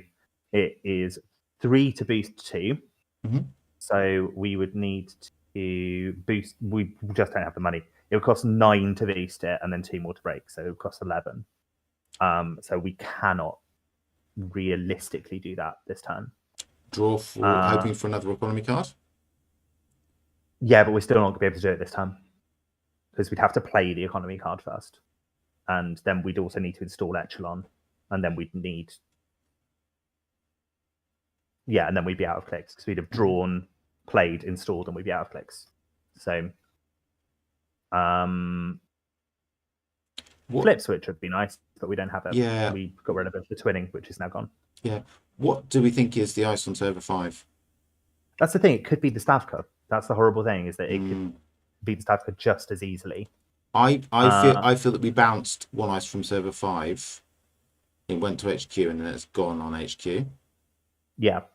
And so either of them could be the Stavka, and until we can beat a Stavka, we shouldn't run. Okay. So we need to set up a bit more. Okay. Draw again. Yeah. Hello. Yeah, that'd do it, wouldn't it? Let's let's go server 5. Yeah. Sounds good. Cool.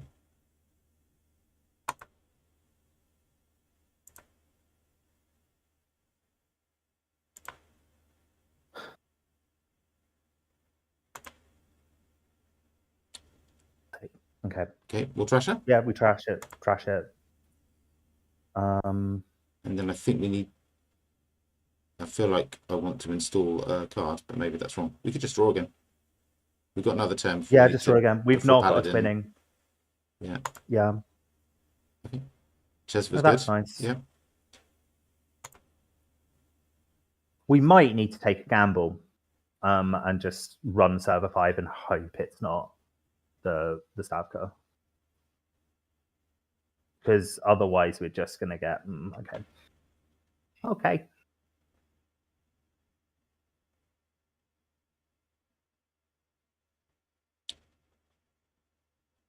Maybe we should have not trashed Rashida just so that we could have got Amakua to 3 and then we could just go through farming R&D. Stavka's 4 to res, right? So that's what they're threatening here. I don't recall. But I would trust you to remember these things. For a check. 4 to res? Yeah. Yeah.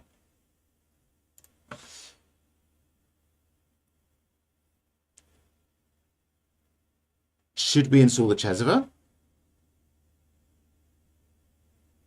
Well, we can't use any of it at the moment, Dave, because our fear at the moment is that we lose the game because we run into a Stavka. And maybe that's a bit overblown because right now, if they res the Stavka, they would go to 0 and trash our Amakua, but they wouldn't do anything else, right? Yeah. And they'd have to trash another card at the same time.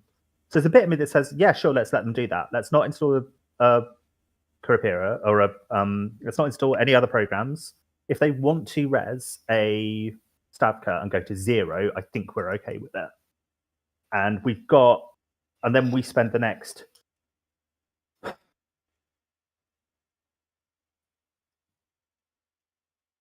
turn or 2 setting up. And they have to spend a turn clicking for credits, and we're fine with that. I think I'm okay with that logic. Yeah. So you think we've got a 50-50 anyway. Run HQ? Yeah, run HQ.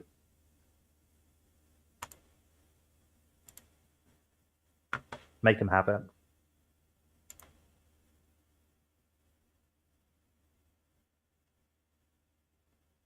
That's a shame because it's a shame to lose the money. The rest of it's fine.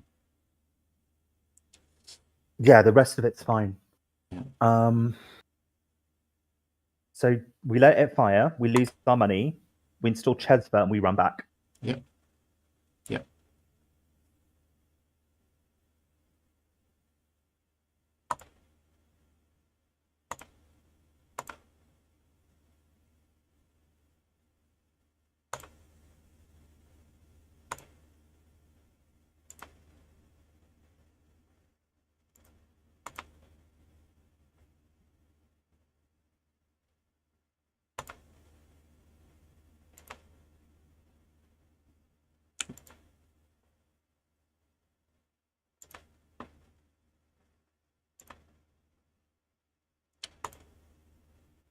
It's an underrated pleasure in this game, letting lose money subroutine fire when you don't have any money. It's Yeah, one of my it's absolute really favorite good, things. isn't it? What are we doing?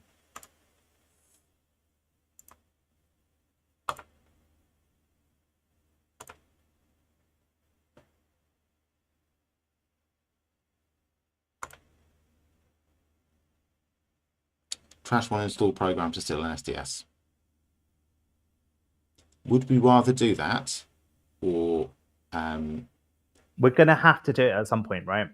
yeah, I just wonder whether we'd rather have the Amakua counter.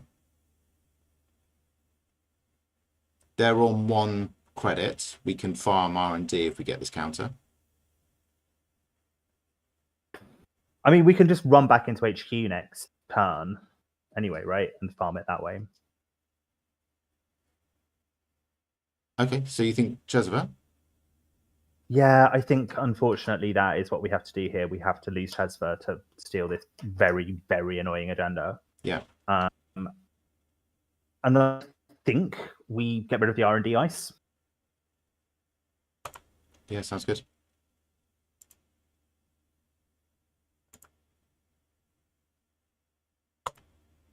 Yeah.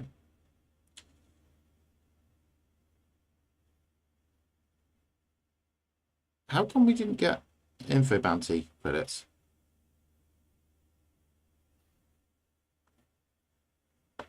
That's a really good question. I don't understand why we didn't get info bounty credits.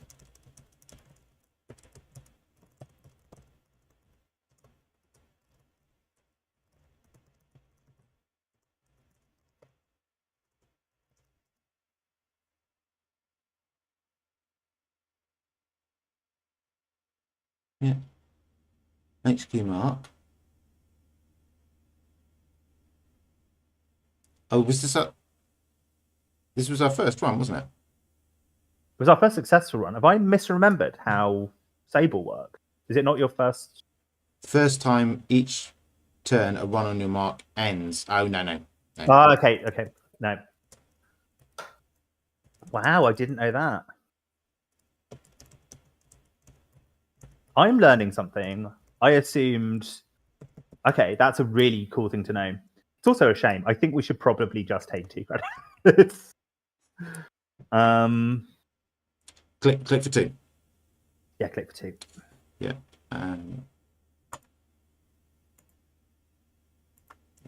It's a real shame to have lost that transfer, but like otherwise that SDS is just kind of horrible in the remote.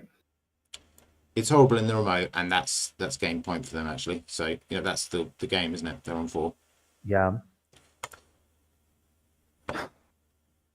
Okay, so we need to think here for a second. R&D is the worst place for that mark to be. Mm-hmm. We now can Dirty Laundry HQ though, right? Well, let's think about this. It costs us 4 credits to get into HQ. I'm really tempted to pop the no free lunch. Yeah, and doof them. And then we'll finally be on a nice number of credits, and we can install something this turn as well. We could pop the no free lunch, doof them, and then run back with Dirty Laundry to get that 3rd Amakua counter that I know you want. Yeah, okay, that sounds good. And then, yeah, cool. So Gain 3. Doof doof.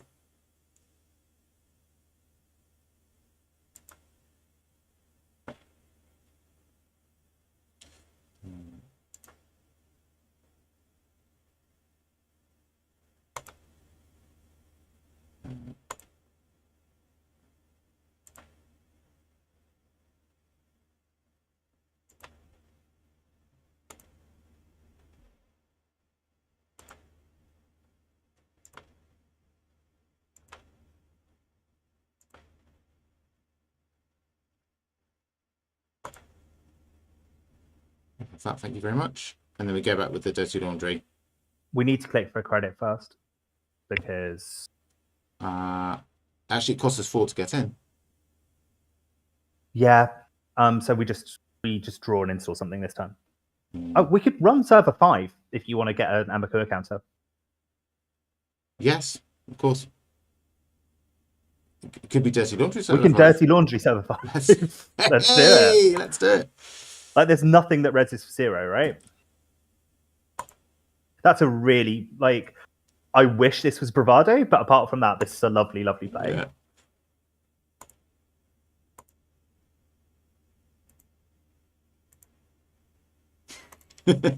Happy days. Okay, there we go. And then we need to install one of these, because otherwise Paladin player mode will get sad. What do we less want to show our hand about? Let's show that we've got the Echelon, because then they'll still think the remote is safe if they purge and do other stuff. Cool. Happy with that. Also, it's the one that we most want to have installed because it stops their... No, it doesn't. I was going to say it stops their Stavka half run combo, but it only does that if we've got an Amakua that's on 7 counters.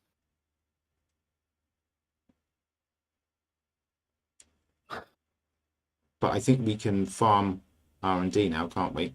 And get... Yeah, and we also want to go into R&D to spend some of these tokens. Maybe a draw first? Yeah, see if we've got... Yeah, that's a nice card to use to get into R&D. Bravado? Yeah, let's Bravado R&D. We could Bravado the remote, like we were talking about doing. It's funny. I think we want to get Amakua up there, don't we? I mean, that... Like, we can do both. Okay, yeah, let's do that. We've been poor for a long time. Let's Bravado the remote. They can't res Stavka, so we can Bravado the remote. Can they res anything that's stronger than 3 strength? Probably not. Like, they could res Sandstone, but they're going up to 0 to do that to cost us a credit, so I don't think they will do that. Okay. Let's Bravado the remote.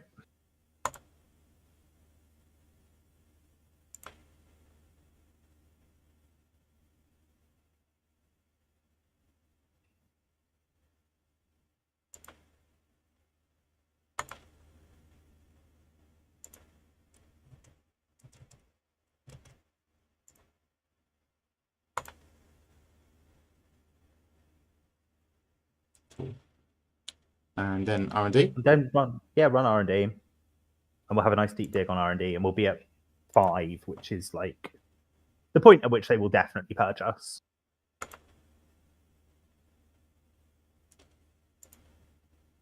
But even if they do purge us, we can just go straight back into HQ. Like, do you see how like Amakua almost like stun locks the Corp on certain board states? Yeah. Unless you set up your board really well, it absolutely stun locks them. Let's do 3. Yeah, let's dig 4 deep. Sandstone. Kimberlite Fields. Do we have to do anything nasty to... No. No, we just get to have it. Yeah, thank you very much. We'll bounce any of these. The middle one. Let's go for the middle one. Mm-hmm. Urban Renewal. Yeah, let's trash that. I don't want to see that. Yeah. And Sadaka. We can't do anything about that. The good news is that Amakua breaks that because Amakua's Sentry. We didn't see anything there that's 5 strength or higher. I think we... I'm tempted to run back all the same. And just, we could run HQ, though. That would give us another click. and it would give us some money. It would cost us a net 2 credits. It would cost us net 2 credits, that's true. I think we draw. Okay. Cool. And then we can install that next turn.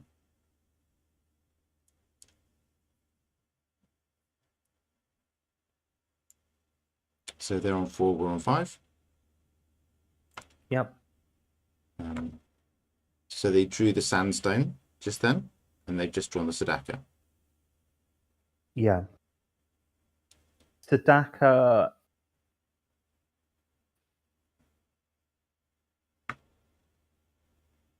Drudge work. That's a drudge work.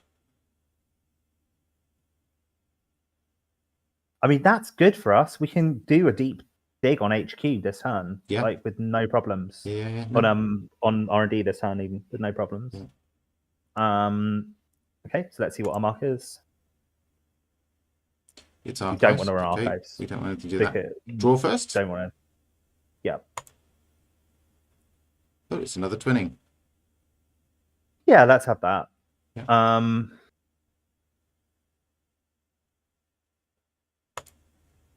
We could. Oh, you.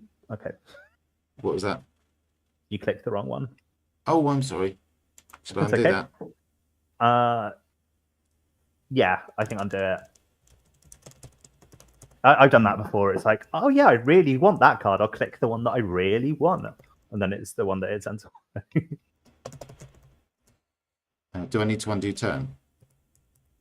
Undo click. Undo click. It's fine.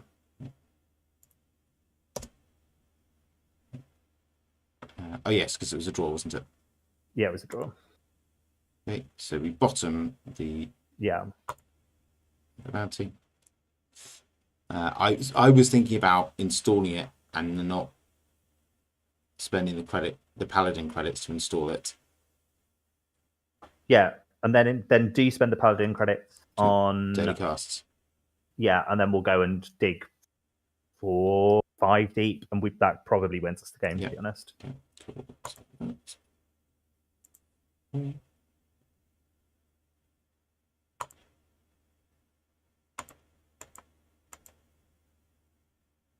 There's also a decent chance that we hit a... What's that card called? I'm a virus, but we're kind of fine with that. Like, we're doing well enough at this juncture. Yeah. 3 from Waking Plant. Yeah, and we'll get 1 from the other one. 1 from Twinning. Thimblerig. Timberlake. Thing. SCS drone deployment. That Take wins us the steal game. and win. Yeah. Hooray. Yeah.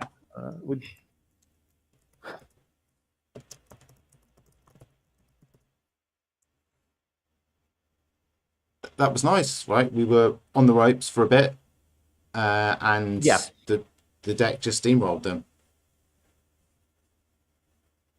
So I mean, let's review a little bit what happened, what went well. Because you're right, there was a bit early on where I was like, we've lost this game. I could save the replay and we could actually go through it if you've got the energy for it. Did you save the replay? I can now, I think. I think you need to do that at the start of the game, but because I think that all players need to have agreed to a replay being saved. That didn't used to be the case. Okay, if I'm wrong, then that's great. Let's have a look. But we will see. Well, I might need to close the game then. Yeah, we will need to close the game.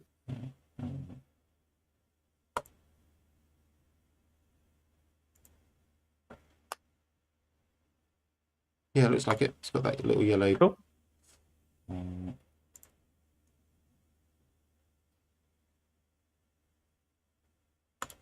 Yeah. Oh, okay. I'm entirely wrong. So I'll just start clicking us through. Look, we're at the top now. I think you might want to click through a little bit faster. Yeah. So they installed 3 assets. We absolutely should have doofed them. Like, it was silly of us not to doof them. We could doof them and then gone and checked, like, It would have made 2 it of really the hard. remotes. It would have made them very hard to res anything, wouldn't it? Yeah. Like, we could have doofed them, gone and checked the other 2 remotes, and probably found the Rashida.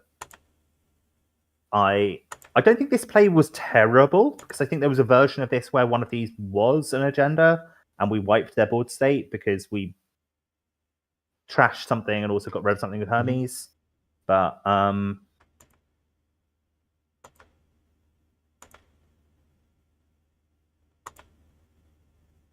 yeah, the doof would have been a better addition to that. What was our mark at the beginning? Was it an archives mark? It was, wasn't it? Yeah.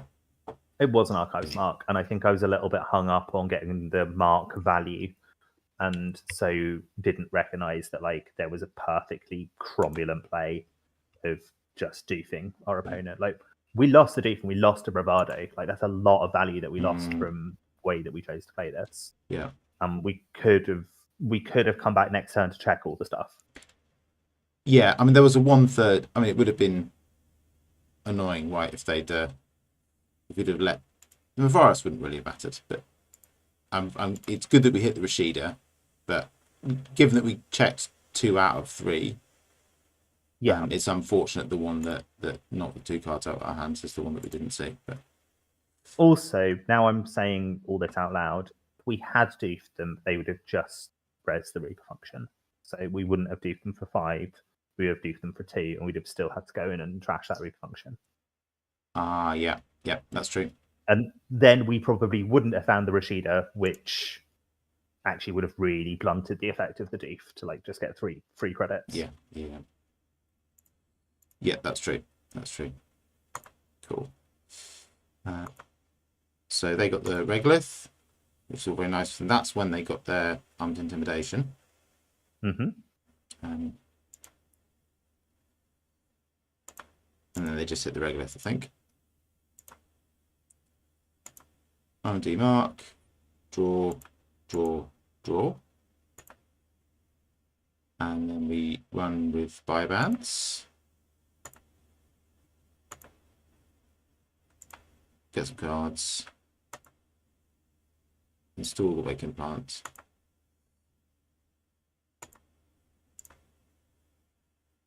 Dirty Laundry HQ. See the Stavka, which we literally actually didn't see again for the rest of the game, did we? No, it must have ended up on that remote that we I think so, yeah. farmed for bravado. I'll be real with you, that was a feels good play more than anything else. It was like, this will feel really, really good. I think it was a profitable. I suppose it's just 1 for every ice, isn't it? It's the numbers of bravado are so insane. I forget that the incremental value of every extra ice isn't also insane. It was a 6 credit play, which I think a 6 credit and an Amaku counter play. So I'm pretty happy with that. There's the Ice Wall and Hafren on R&D. Oh yeah, we knew that. So I'm thinking of the remote. So I don't think. Did they maybe just never? I wonder where this Stavka ended up. I'm really curious whether we ended up returning it to hand a few times and stuff. Because we were so worried about it. Yeah, it's in hand at the moment. So the Afshar goes. It was Afshar was the first dice on the remote. Then the Stavka. Yeah, which is the right way around to do those. Yeah. And then the Spin Doctor. That you were right was the Spin Doctor.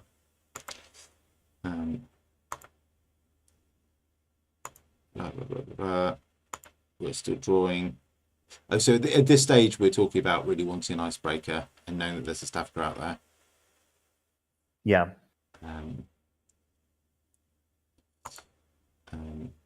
We gamble, we install the short class act.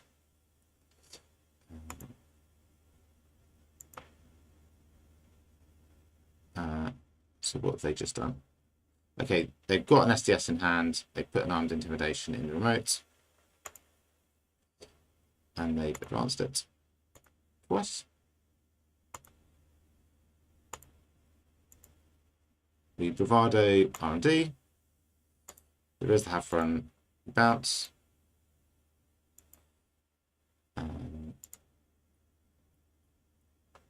Paladin goes down, plus that goes down, not plus that, daily casts, and no free lunch. So I think what they want to happen with their deck is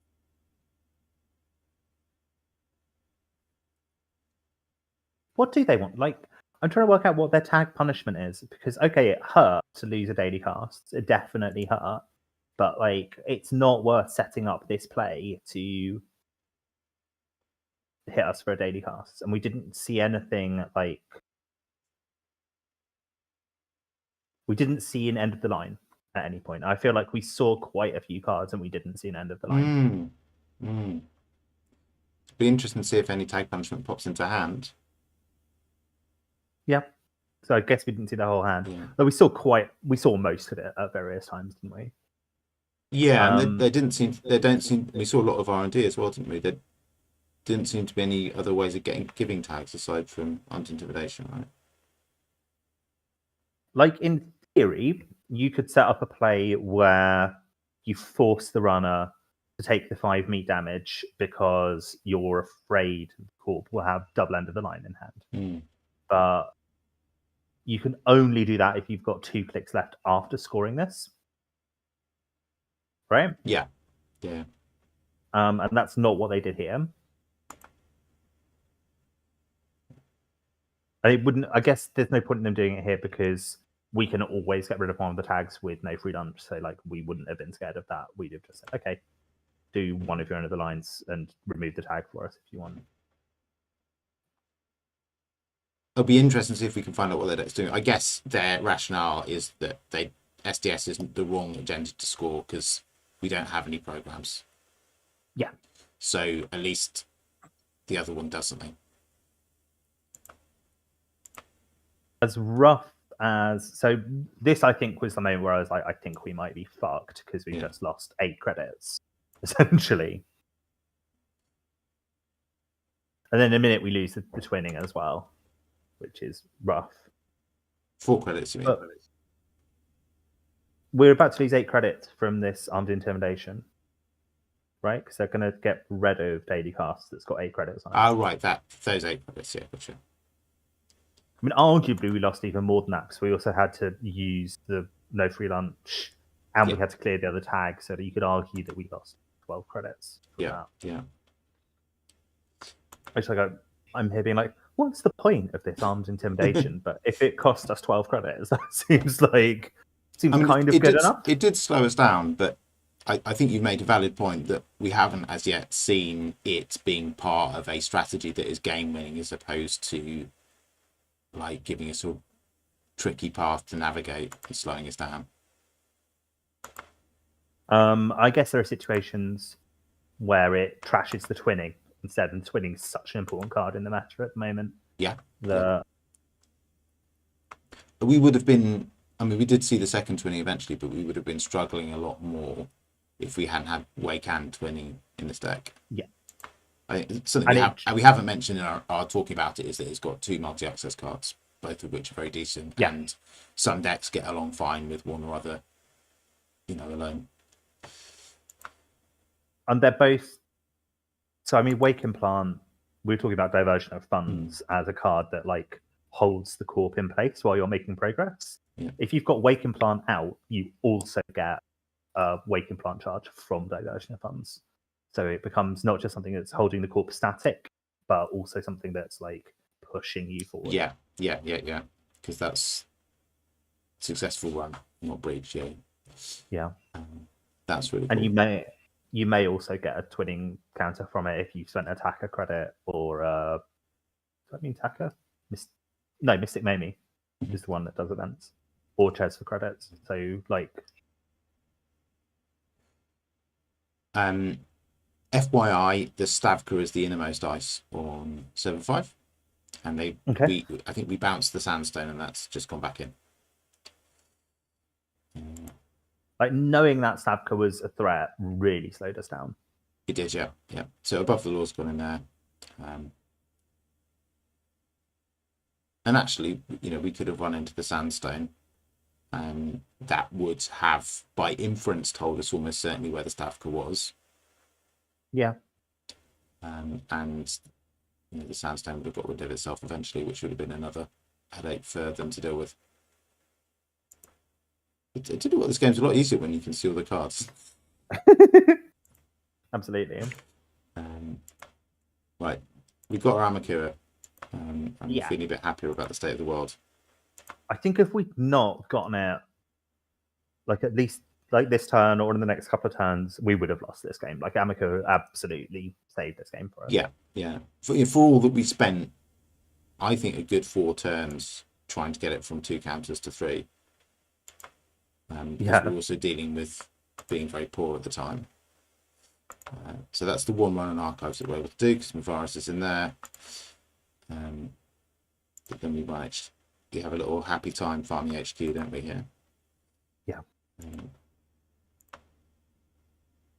And this is, I remember this happening. Yeah. So we got quite unlucky here because we got 3 accesses on HQ and we still missed the SDS. And the SDS could have returned the... Although, would we have stolen an SDS? Like, if we could only have stolen an SDS by trashing our Amakua. I don't know if that would have actually been the play. Like, I think that would have been a bad play, given it's the only one in the deck, and it's probably the strongest card in the deck. We trashed exactly the card that we wanted to trash with that SDS, the Tesla. Yeah, that's arguably a weakness of this deck, is against specifically that agenda. It has very few programs that you want to trash. Yeah.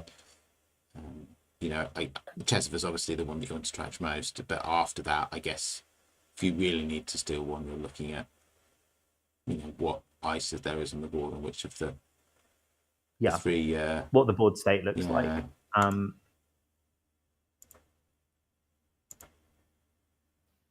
Okay, and it can be hard to choose. Often Kurapira weirdly is the right choice. Because if there's the barriers are the most likely to be low strength. And so they're the most farmable if you can get in somewhere. Yeah. It does create the possibility that they will eventually shut you out. They'll just put barriers everywhere and purge, and then it's game over. But that's harder to do than you'd expect. It is genuinely quite hard to do because they've got to find 4 barriers. Yeah. They go for the twinning. I'm not proposing we do it now, and I think it wouldn't be very good content, but it would be an interesting exercise to see how much value we got out of this Paladin, because I think it was in pretty much the whole game, and we used all of its counters. We do them. We get our weight counter. And that's the turning point of the game, isn't it? Yeah. I would say. They struggled to recover from that credit loss, and that got us out of a credit hole. So what they've done, they've installed a Rashida there. And they've used their Spin Doctor. Yeah.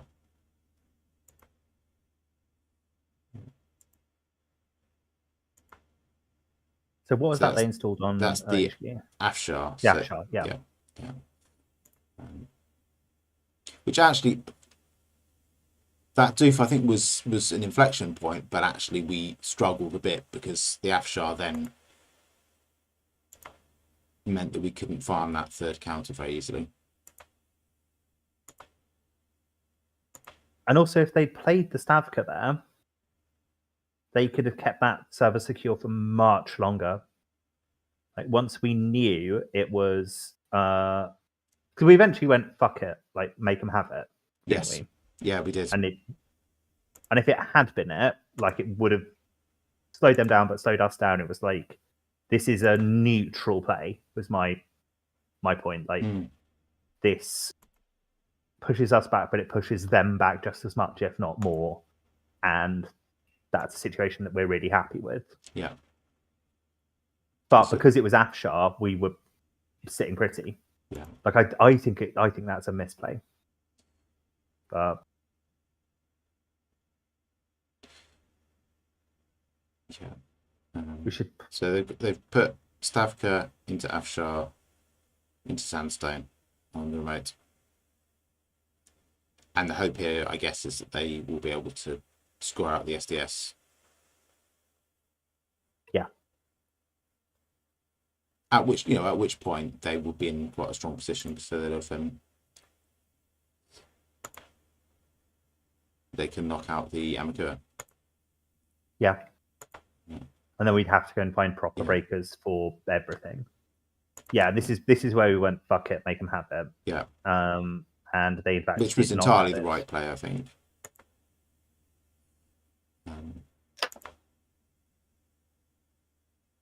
Not just because it turned out it wasn't the Stavka, but just because I think looking at that board state, we were in danger of having the game slip away from us.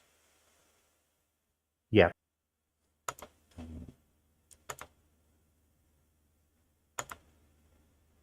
Yeah.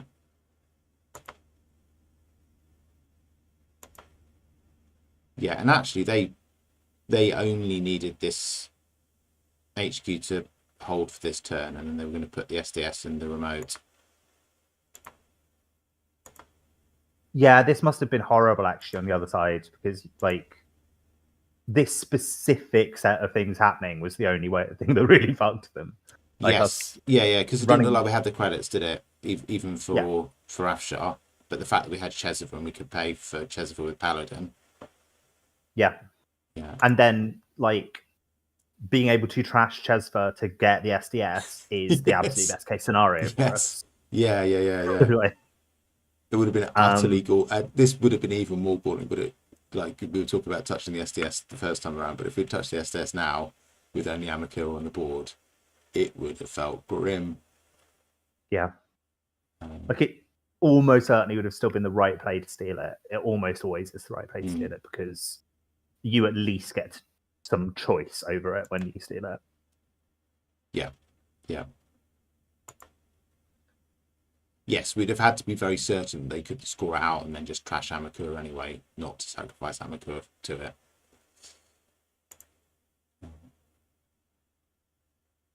Yeah, and I think we've gone past the point now where the inflection point. Yes. And this is the point where we essentially stun lock them for the rest of the game. And a lot of our plays, so we've made several plays in the last couple of turns that were pretty much solely aimed at kind of keeping them static, like the doof play, and even that play was only meant to get us an Amakura counter. That's all we were trying to do there, because we were like, and then they'll have to purge once we've done that.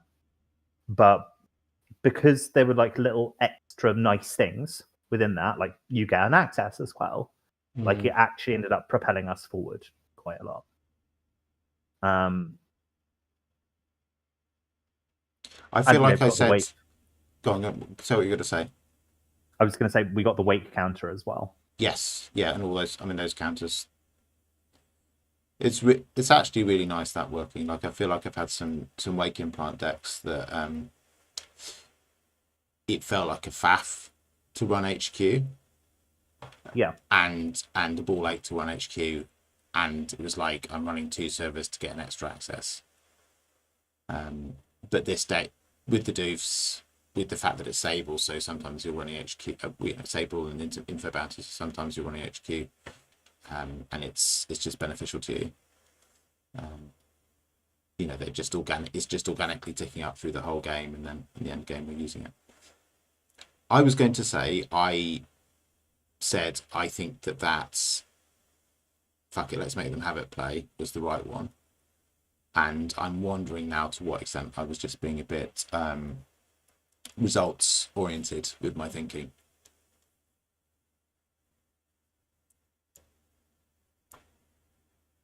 I think it was built into the core philosophy that I said that we were going to chase with this deck. Of like, if you can keep the core low on credits or having to like fight to maintain their place, you are winning. That's what that was based on. We were like, what's the worst case scenario? The worst case scenario is Stavka. If it's a Stavka, that's a kind of a shame, but also like I think at that maybe we didn't have the exact breakers we needed in hand at that point, but I think that we were close to having them. Like I think we had the Echelon, for example, and once you've got the Kurapira down, you can go into R&D. Just gaining that extra couple of turns so that you can get the extra accesses. Yeah, we did have the Kurapira in hand. So like we had a backup plan for if they did in fact have it, right? Which is to just install our real breakers and go to town that way. Yeah, and then we're just only lacking on Kogoats. Yeah.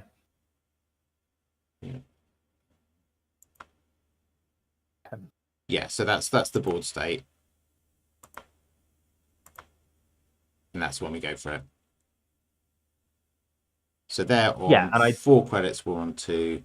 We do have 2 breakers in hand. The problem we've got actually is that it's difficult for us to install them, but a few turns with Paladin, we could manage it. We've got Chesva.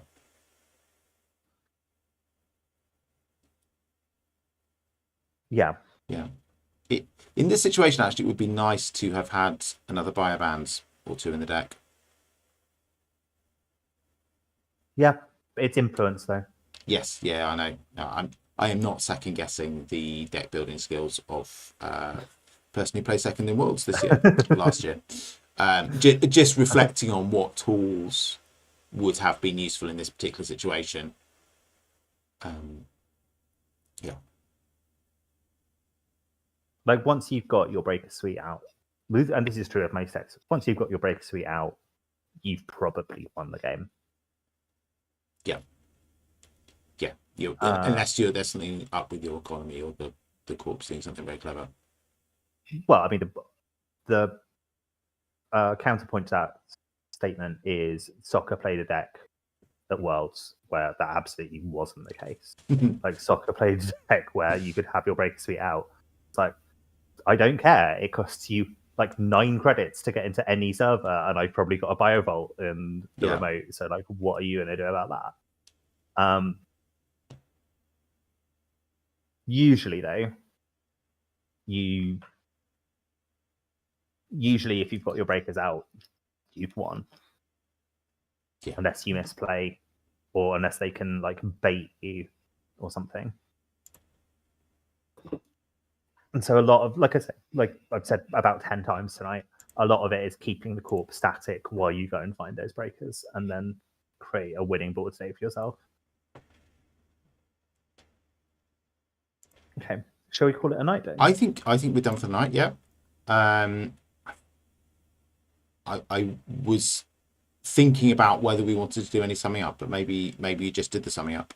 I feel like I did. I feel like that's been the message for the evening, is a piece of definitely criminal fundamentals is to try and keep the corp static, try and stop the corp from making progress as much as it is to make progress yourself. Like your own progress kind of comes almost naturally because you have one more click than the corp.